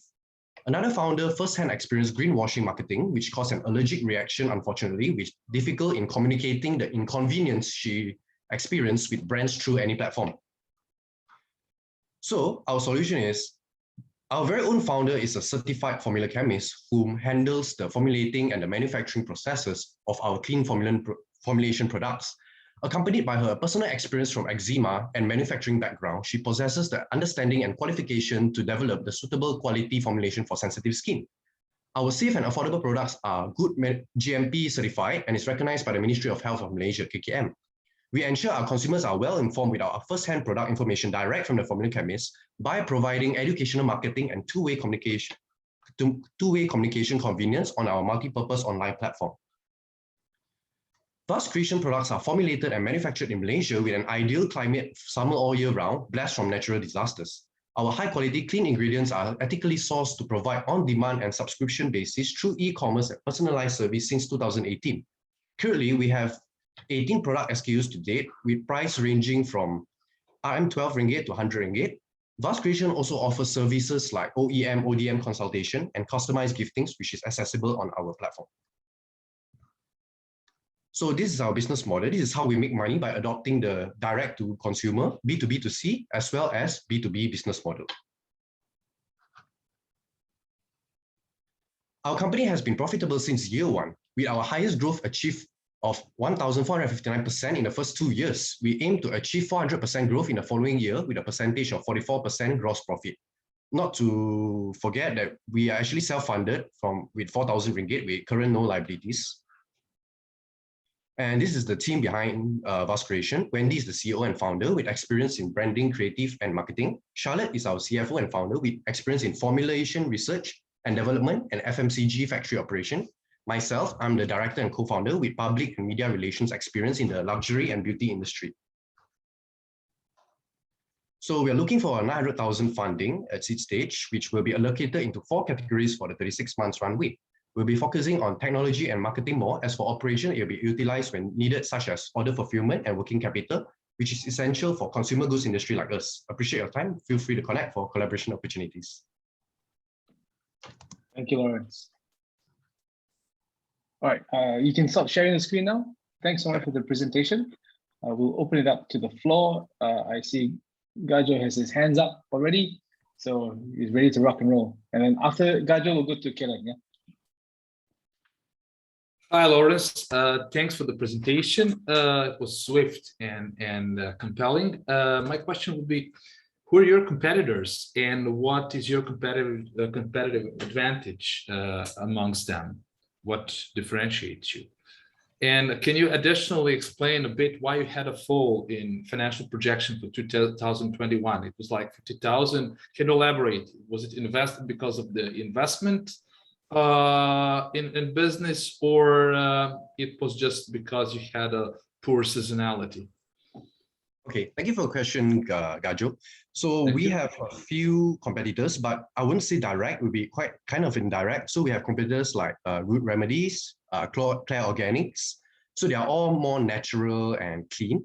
So for us, how are we different is we have our own formula chemists. We are our own manufacturer. So we do everything from A to Z, from the formulation part to the manufacturing, to the packaging, and to the distribution channel. So this is how we are different. Not many brands have a formula chemist. Mostly are all OEM, where they buy the formula and package it and sell it with their brand or their influence. But for us, we are really down to the formulation.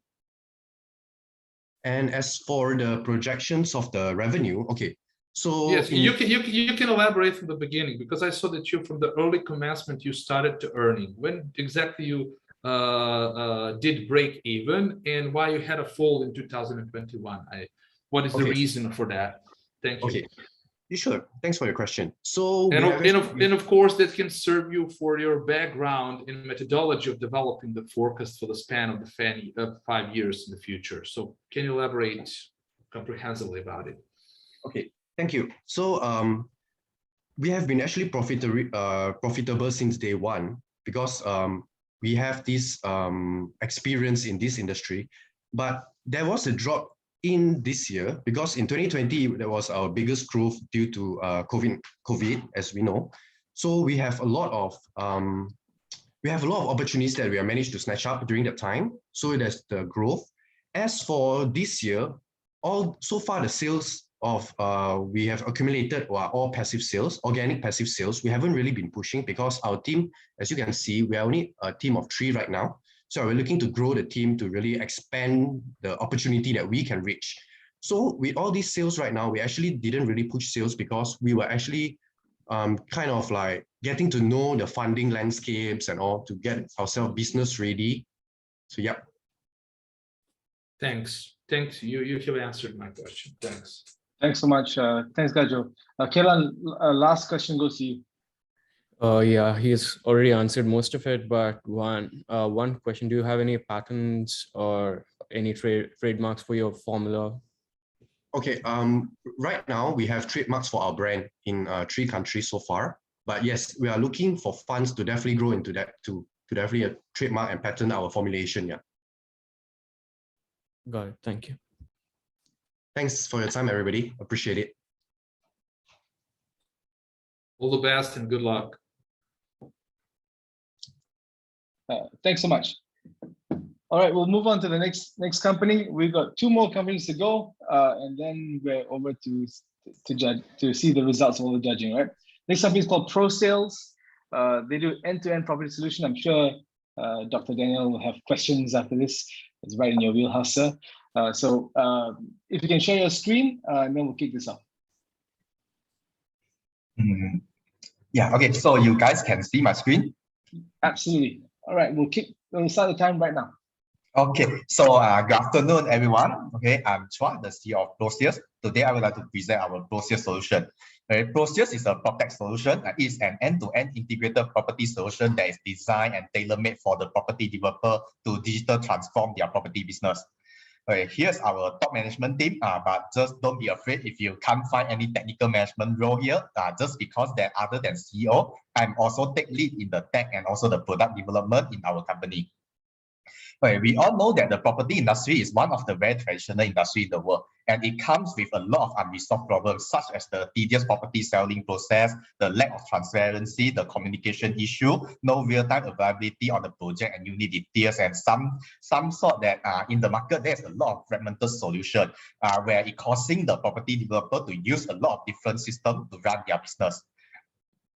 As you can see from here, our solution is an all-in-one digital property solution that supports for all different stakeholders in the property sales ecosystem, and is backed up with the analytic report to help them to strategize the property business. And for our solution, we are able to access at anytime, anywhere through the web or through the mobile app.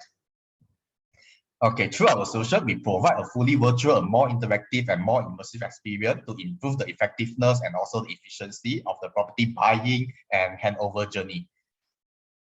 And the current local market size in Malaysia currently is around 800 active projects per year, and we are managed to capture up to 10% of the market share just within 2 years after we commercialize. And this is our solution growth in terms of the number of projects and also our user base. Okay, and this is our revenue model. It can be by the monthly subscription or can be by the yearly subscription based on the project basis. We are an ecosystem player, hence that our revenue model is actually a recurrent subscription method that's able to cover over 5 to 6 years of a project lifespan. And we are flexible enough to enter the market and capture the different stage of the project through our different products. Okay, and since day one, okay, we are running on self-funding method, and our founder has been financing roughly $100,000 US, and our revenue model are making profit around 15 to 20% at the moment. And we are planning on our overseas expansion now. Okay, the first phase will be the Singapore, Indonesia, Philippines, and Vietnam.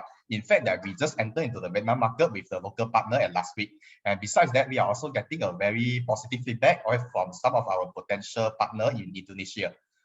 And of course, we got competitor. However, what makes us different is all of our product was developed by our in-house team, and it allows us to have more flexibility in integrating and customizing for our client.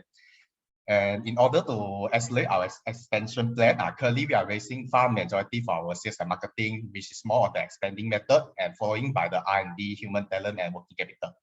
Okay, I think that's all. That's all my presentation. I'm open for any question. Thank you, everyone. Thanks so much, Joe. Okay, if you can stop sharing the screen, then we can open up for questions. Judges who have questions, please raise your hands and I'll call you. Karen, I see you have a question. Or is that from before? No, I think it was from the previous one. Okay, it's from before. All right. Yep. I asked a question, of course, PropTech. I mean, yeah. I didn't doubt that at all. Yeah, if you didn't, I'll be very surprised. If I keep quiet, yeah.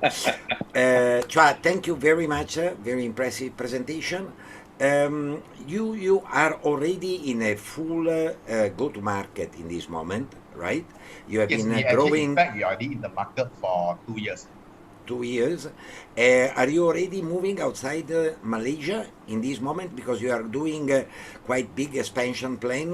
Are you already in any other country in Southeast Asia or abroad? Yeah, just like what I mentioned just now, we just signed up the agreement with our Vietnam local partner and last week. And we are entering Vietnam, and currently we are looking for some potential partner in Indonesia. And you already have quite a number of clients here in Malaysia, am I right? Yeah, currently inside our system, we are support up to 93 projects in Malaysia. Can I ask you a very bad question? I hope you don't mind. Yeah, out sure. of 10 clients, subscribe, because I'm very much interested in the 6 years revenue model of your startup idea, of your idea. Out of 10 clients subscribing with you in year one, how many are still with you after, now is only, we cannot say 6 years because you are still at 2 years, but how many are left after 2 years out of 10 subscribing? Okay, yeah. So touch wood, okay, currently all of our clients still stick with us now. Which means they are satisfied. Yeah. Right. And some How of are them, you? even that from because we cover since the whole project lifespan, some of them after they use our sales and market, the sales booking system, then they will continue using our another products. Interesting. I better stop. I would like other judges to ask questions. Okay, thank you, Dr. Daniel. Thanks for Thanks, Dr. Daniel. All right, do we have a one more question before we wrap up?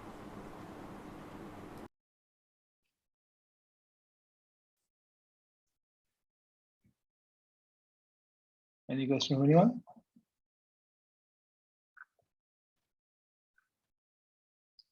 Okay, if there are no questions, we can move forward. Okay, thank you very much. Yeah, thanks so much. Thanks for the presentation and all the best. Yeah. Okay, we've got the final presentation for the day, I guess we're going to come back to Earth for this presentation. Next presenter is from a company called Earth. Mo, I hand it over to you, and we'll start the clock when you start speaking. Thank you very much, everyone. Happy to present today Earth, which stands for Electronic Recycling Through Heroes. The average person uses about 200 electronic devices during their lifetime, which leaves about 1 ton of e-waste that needs to be dealt with. Unfortunately, this is how we deal with e-waste today. 75% of it just sits in the landfill somewhere. So it's definitely not an ideal situation. It's the world's fastest growing waste stream. It causes toxic pollution for centuries, and it's also billions of dollars lost forever. We estimate the size of the global market to exceed $100 billion every year, and it's growing. However, as we are focused currently on Southeast Asia, so here the market is about 50 billion. The recycling rate is 15% for the region overall, as well as here in Malaysia, the market size is about $2 billion, and the recycling rate is 25%. So only 25% of it is addressed at the moment. We have come up with a digital platform that connects any household or business that wants to recycle as little as 1 electronic device with an Uberized network of freelancers who can go and collect directly from the address of where the e-waste is located. We buy the stuff, and then 80% of it we send it to licensed recovery facilities. That's how we generate 20% of our revenue. But 80% of our revenue is actually generated by reusing spare parts and repairing devices.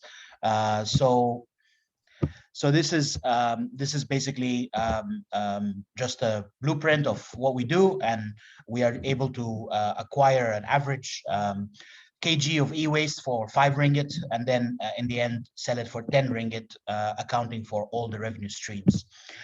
This is, for example, a heat map of where we have made pickups in the first 3 months of 2021. So I didn't put the full year, otherwise it would be too red. But as you can see, once you provide a free pickup service, everybody is now ready to recycle. The pandemic year has been interesting for us. Only during the MCO we couldn't collect, but after that it was just growing very, very fast. We have paid cash rewards in excess of $100,000, and we made about $500,000 during that time. We've served more than 3,000 customers, some of the world's largest companies, DHL, NTT, United Nations, all the big banks, even the Bank Negara is our customer. We've generated an excess of 1 million this year, and we're on track to generate 4 million next year, which is about $1 million US. We have collected 500,000 kilograms of e-waste, donated 250 devices completely free of charge to students, and we repaired 2,500 devices. We just received the award of the top authorized collection center in Malaysia. So we have the biggest market share in Malaysia out of all the authorized collection centers, and we are also listed officially on the UN SDG innovation portal. These are some of our future plans. Yeah. You've run out of time. You hit the sure, no worries. Mark, so yeah. So we can. I'll finish up in the question and the Q&A. This is my last slide anyway, so we're fine. Okay. All right. Thank you, Mo. Any questions for Mo from the floor? William, I see you have a question. Hi. Just one question. I don't see that you mentioned about the carbon credit generated from this business, because we are very much interested in ESG investment now. So can you elaborate on that? How much carbon credit have you generated from that 1 million of sales that you have done? Thanks. Actually, from our conversations with different clients, we noticed that different companies actually use different formulas. So, for example, some companies account for the carbon credit from just the recycling, while other companies want to offset the carbon credit from recycling by accounting the number of kilometers that have been driven in order to collect all these items. So at the moment, we're not tracking all of that data, and that's why we are not engaged actively in the carbon credit, but it's definitely something that we can calculate, and if our customers need the information, we will provide them the raw data so they can make their own calculation on that. Yeah, so my question, if we invest in your company, can we absorb all your carbon credit since your customer doesn't ask for it? Yes, you can. All right, I'll send you my contact details. Let's catch up on that matter. Thanks. Great. Thanks, William. Gajo, you have a question? Yeah, of course.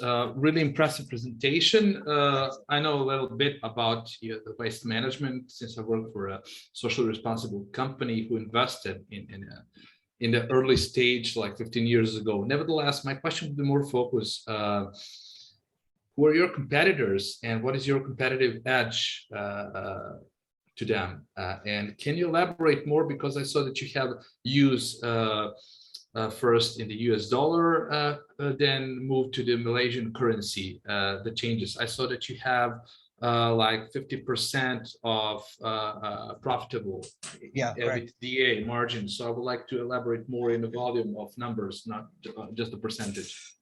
Yeah, sure. I mean, just to get the USD, you just pretty much need to divide by 4. So we're projecting about $1 million USD in revenue next year, which is a 4 times growth from this year. And this is just accounting for our trend for the last 3 years. We've been growing by 4 times year on year. So your current revenue is 250K. $250,000 of US dollar. Yeah. Yes, for this year, and next year is about $1 million. Regarding your question about competitors, when we started in this business, we were there was a lot of incumbents that have been around for 10-15 years, and they didn't take us seriously, and now they're all calling us to work with us because we have become the largest collector, and they want our stock. So so this is a model that has proven itself, and I think if you collect all these all that e-waste with your own vehicles and your own staff on your payroll, you probably lose money. But because we are doing a freelancer Uberized model, so we can have a much bigger fleet with a lot less cost base. Thank you. I'm satisfied with your answer to my question. All the best in your future endeavor. Thank you. Thank you. Thanks, Gajo. Thanks so much for your answers, Mo. We're out of time for the session, but thank you for the presentation. Right, all the best. Okay, that's the last start for today. So I guess we can all give a virtual clap to everyone who presented today. Thank you very much to everybody for doing such a good job. I'm very impressed by the quality of the overall presentations. I think everybody did a spectacular job today presenting. And even though we did it remotely, I still felt a lot of energy from everyone presenting. So congratulations. What we're going to do now is we're going to go and carry out all the scores, right? And at the end of this, we'll find out who the top 3 startups who presented today are. And out of the top 3, one will be the ultimate winner, who will then go on to present at the regional event, which will be coming up soon, right?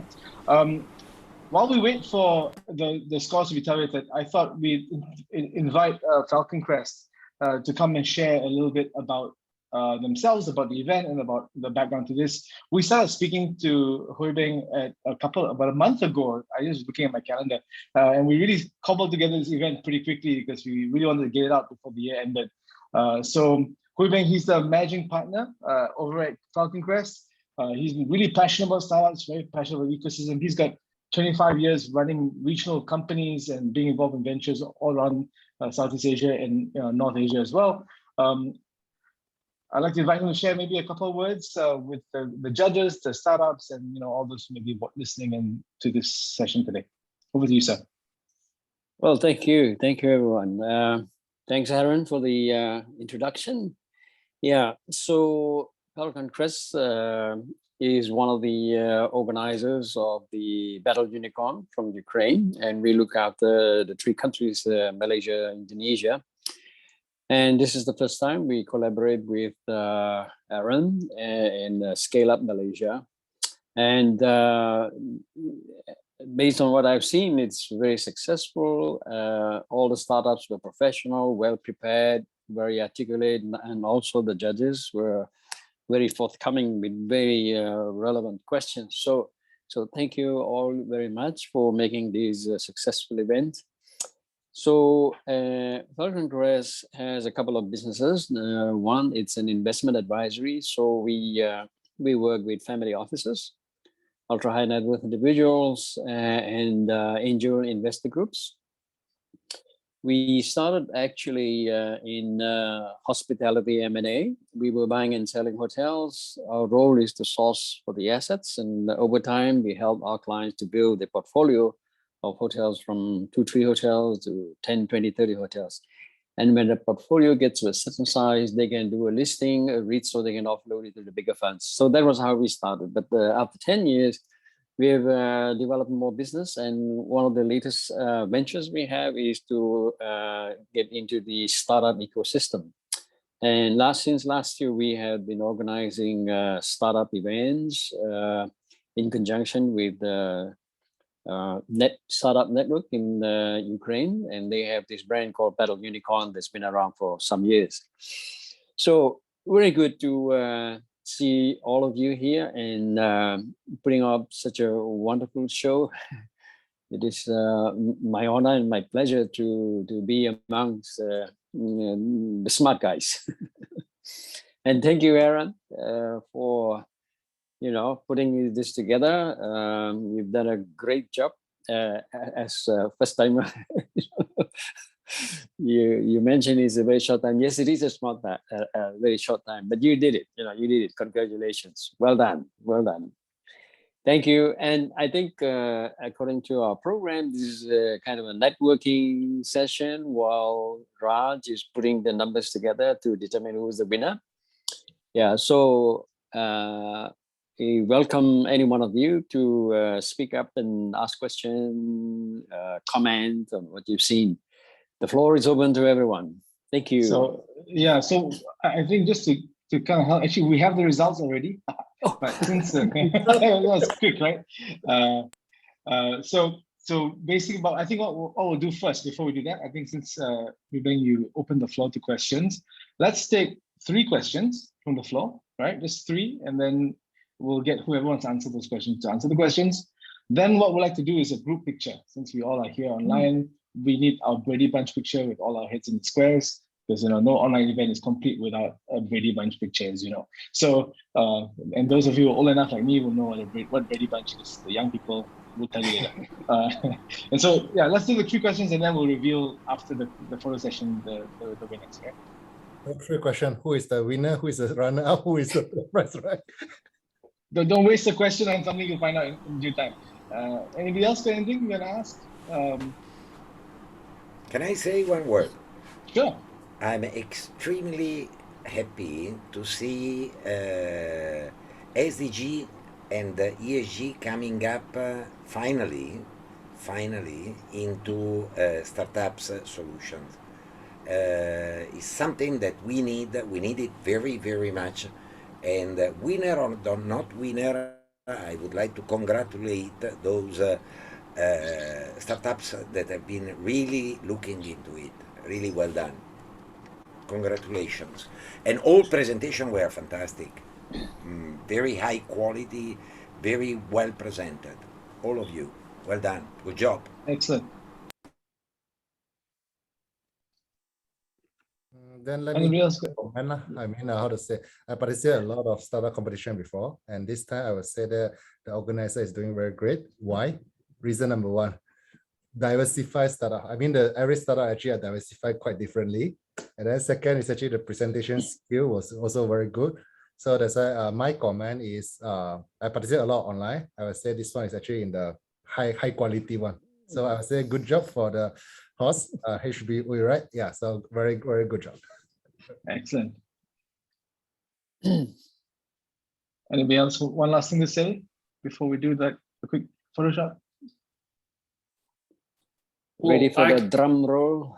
I can add a bit. It was a really pleasure listening all the ideas and participating in this event. Comparing to other events that I have been a part of within the startup network or any other network or event, I think this one was really successful. You know, the quality, as my colleague judges already told, you know, the application of the ESGs within the startups and new technology, artificial intelligence application in almost every solution, and with the precision.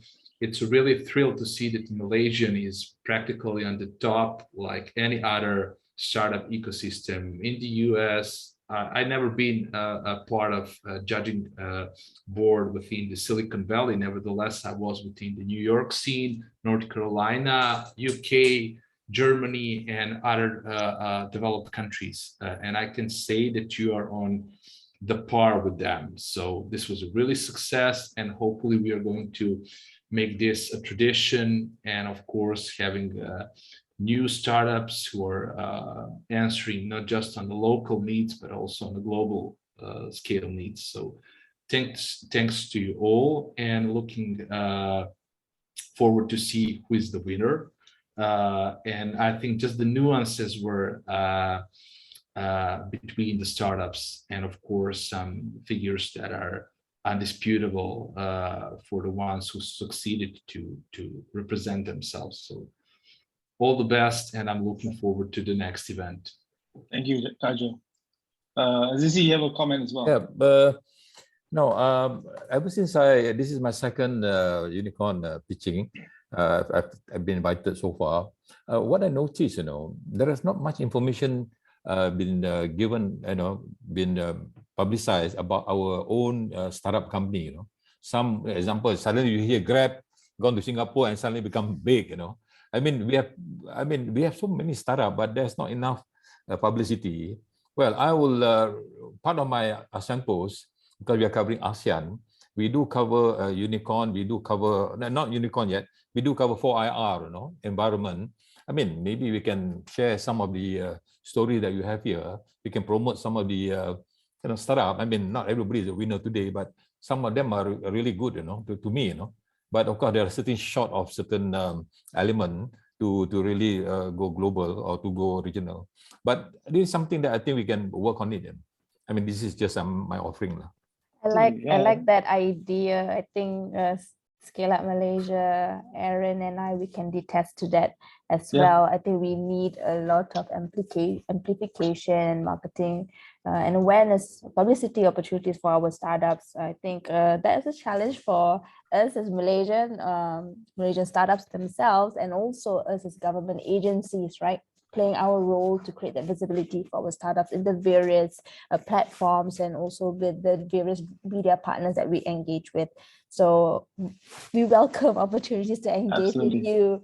You know, you can talk to me. Really, sure. No problem. We can discuss that. Thanks. Awesome. Thank you. Thanks so much, everyone. I think what we'll do now is we'll just do because I'm also conscious of time. We'll do the photo session. It'll be nice if everybody can switch on your cameras to see your pearly whites and your beady eyes. and we'll just take a group shot just so that we can commemorate this moment. And just to Aziz's point, right? I think as an ecosystem, it's good for us to also amplify each other. So I saw some of the chat. Some of you guys are very encouraging, rooting each other on. That's fantastic. We need more of this. And we can share this picture with you guys on social media, and please feel free to share it on your social media and amplify that this is happening. That we're talking about Malaysian startups, and I guess it's great to tell Mr. Azizi that he needs to put it on his publication. But we all have a publication as well. We've got our social media and stuff. So share it and amplify it. And if the 20-some people on this call do it, that's a lot of eyeballs already, right? All right. So Raj. Are we pictured yet, or we just need to prepare ourselves? Yeah. So Raj, how do you do this? Can everyone just put a thumbs up? Okay, everybody do thumbs up? Thumbs up. Is everyone's video on? Let me check.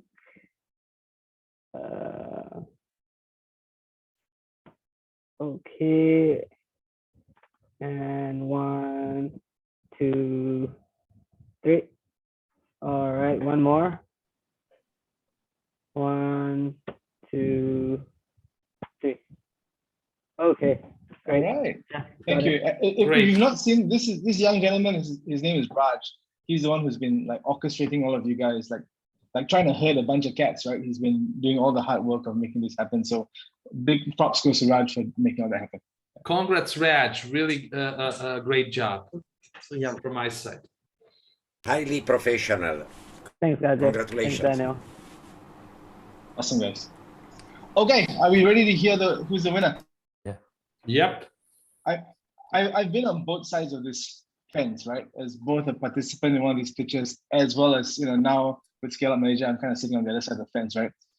As much as I've discovered it's not fun on this side either, because the pressure of being able to make these decisions, we realize are really important. As much as the startup is stressed out, or you guys are stressed out doing the presentation, we are also stressed out in scoring, because we want to be fair. We want to make sure that everybody gets the right shot. We want to make sure that they get the right exposure as a result of the event. So just know it's not so fun for us. But for those of you presenting, we're only going to announce 3 winners today. But when we say winners, it doesn't mean you guys are not winners or you're losers or anything like that. The fact that you're here, you put your name in the hat, you're already winners because you tried, right? And that, to me, is the right instinct. And if you don't make it to the top 3 in this slot, you should try again. And because you never know which opportunity is gonna bring you to the next stage of growth, or you'll meet that right person who'll be transformative. Sometimes it's not about how many times you hit a home run, it's about how many swings you take at the bat, right? And so I think that's really, really the key value I hope you take from this. Okay, so from there, with that in mind, let's do it, right? Just imagine the virtual drum roll, right? So at the 3rd spot, right? And I wouldn't reveal beyond the 3, but I think you can see on the website if I'm not mistaken, but after this, but at the 3rd spot, it's Siasi Talk. Siasi Talk. Congratulations, Siasi Talk. Well done. Awang, would you like to maybe say a couple of words real quick? 30 seconds. But I won, is it? Yeah, you won, number 3. Oh, okay. Thank you. Thank you, everyone. It's a prize, It's a prize. Congratulations. All right. Thank you, everyone. I didn't expect this thing. So it's very surprise for me. Thank you. Thank you. Oh my God. Well done. Well done. Congratulations. Well deserved. I thought you did a very good job as well. All right. The runner-up, or the number 2 spot, goes to, and drum roll please, My Bump Media. Congratulations to Nadia. Well done. Hey, well done. Nadia, would you like to just say a few words in 30 seconds? Thank you very much for the opportunity. Yes. Did someone say my name? Yes. Thank you very much. I said bravo, Nadia. Oh, thank you, Gajo. And congrats to everyone as well. And for me personally, this is a huge milestone for us. And I hope this also pushes us to go further and make crowd advertising available to everyone. Thank you. Well done. Well done, Nadia. All right. And finally, are you ready to hear who the winner is? The person who got the number 1 spot. Ready? All right. We'll do like the virtual drum roll, everybody. The winner is Earth at the #1 spot. So well done. Thank you, Mo guys. and the team of Earth. Wow. Thank you so much. That was fun. Mo, as the #1 winner, you'll get to go to the regional Unicorn Pitch event and do this again and be stressed out all over again. Yeah, no worries, no worries. Your reward for winning is more stress, which is fantastic. I'll do my best to make you guys proud and carry the Malaysian flag. Thank you again to all the judges. It was much fun. Bravo, maestro. Thank you, sir. Fantastic. Well done. Well done, Mo. Great job. Wonderful. Excellent, everyone. With that, we're at the end of the event. Thank you, everybody, for coming. Would you like to say anything before we end? If not, then we'll just say a goodbye. No, I think we've all had a long day. We started at 1 o'clock, so it's time to let people go and relax and do their own thing. So Awesome. it was very well done. Thank you very much, and thank you everyone for coming. Thank you. Aaron, thanks for Daniel. Aaron, thanks for a great moderation. It was really a pleasure being moderated by you. It was so professionally done, and you really did it so flawlessly. I didn't saw that it already passed like 2 hours, and it was really amazing. It was really amazing. Thank you. You guys were excellent to work with, and I love the questions. I love the engagement as well. Thank you, everybody, for coming and spending your afternoon with us. If we don't see or speak to you before the year is up, have a very Merry Christmas, a Happy New Year, and let's have an awesome 2022. All right? Take care. Absolutely. Okay, bye. Thank you. Merry Christmas. Happy New Year to everybody. You too, Dr. Daniel, Aaron, and other judges. All the best, and all the best, everyone. Have the better All 2022. Yes. Free of COVID, of course. Free of COVID. Thank you. Bye-bye. Bye, guys. Okay, bye-bye. Bye. Bye.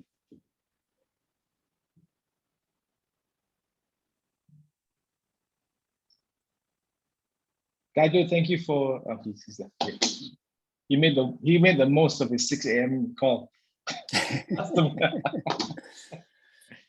So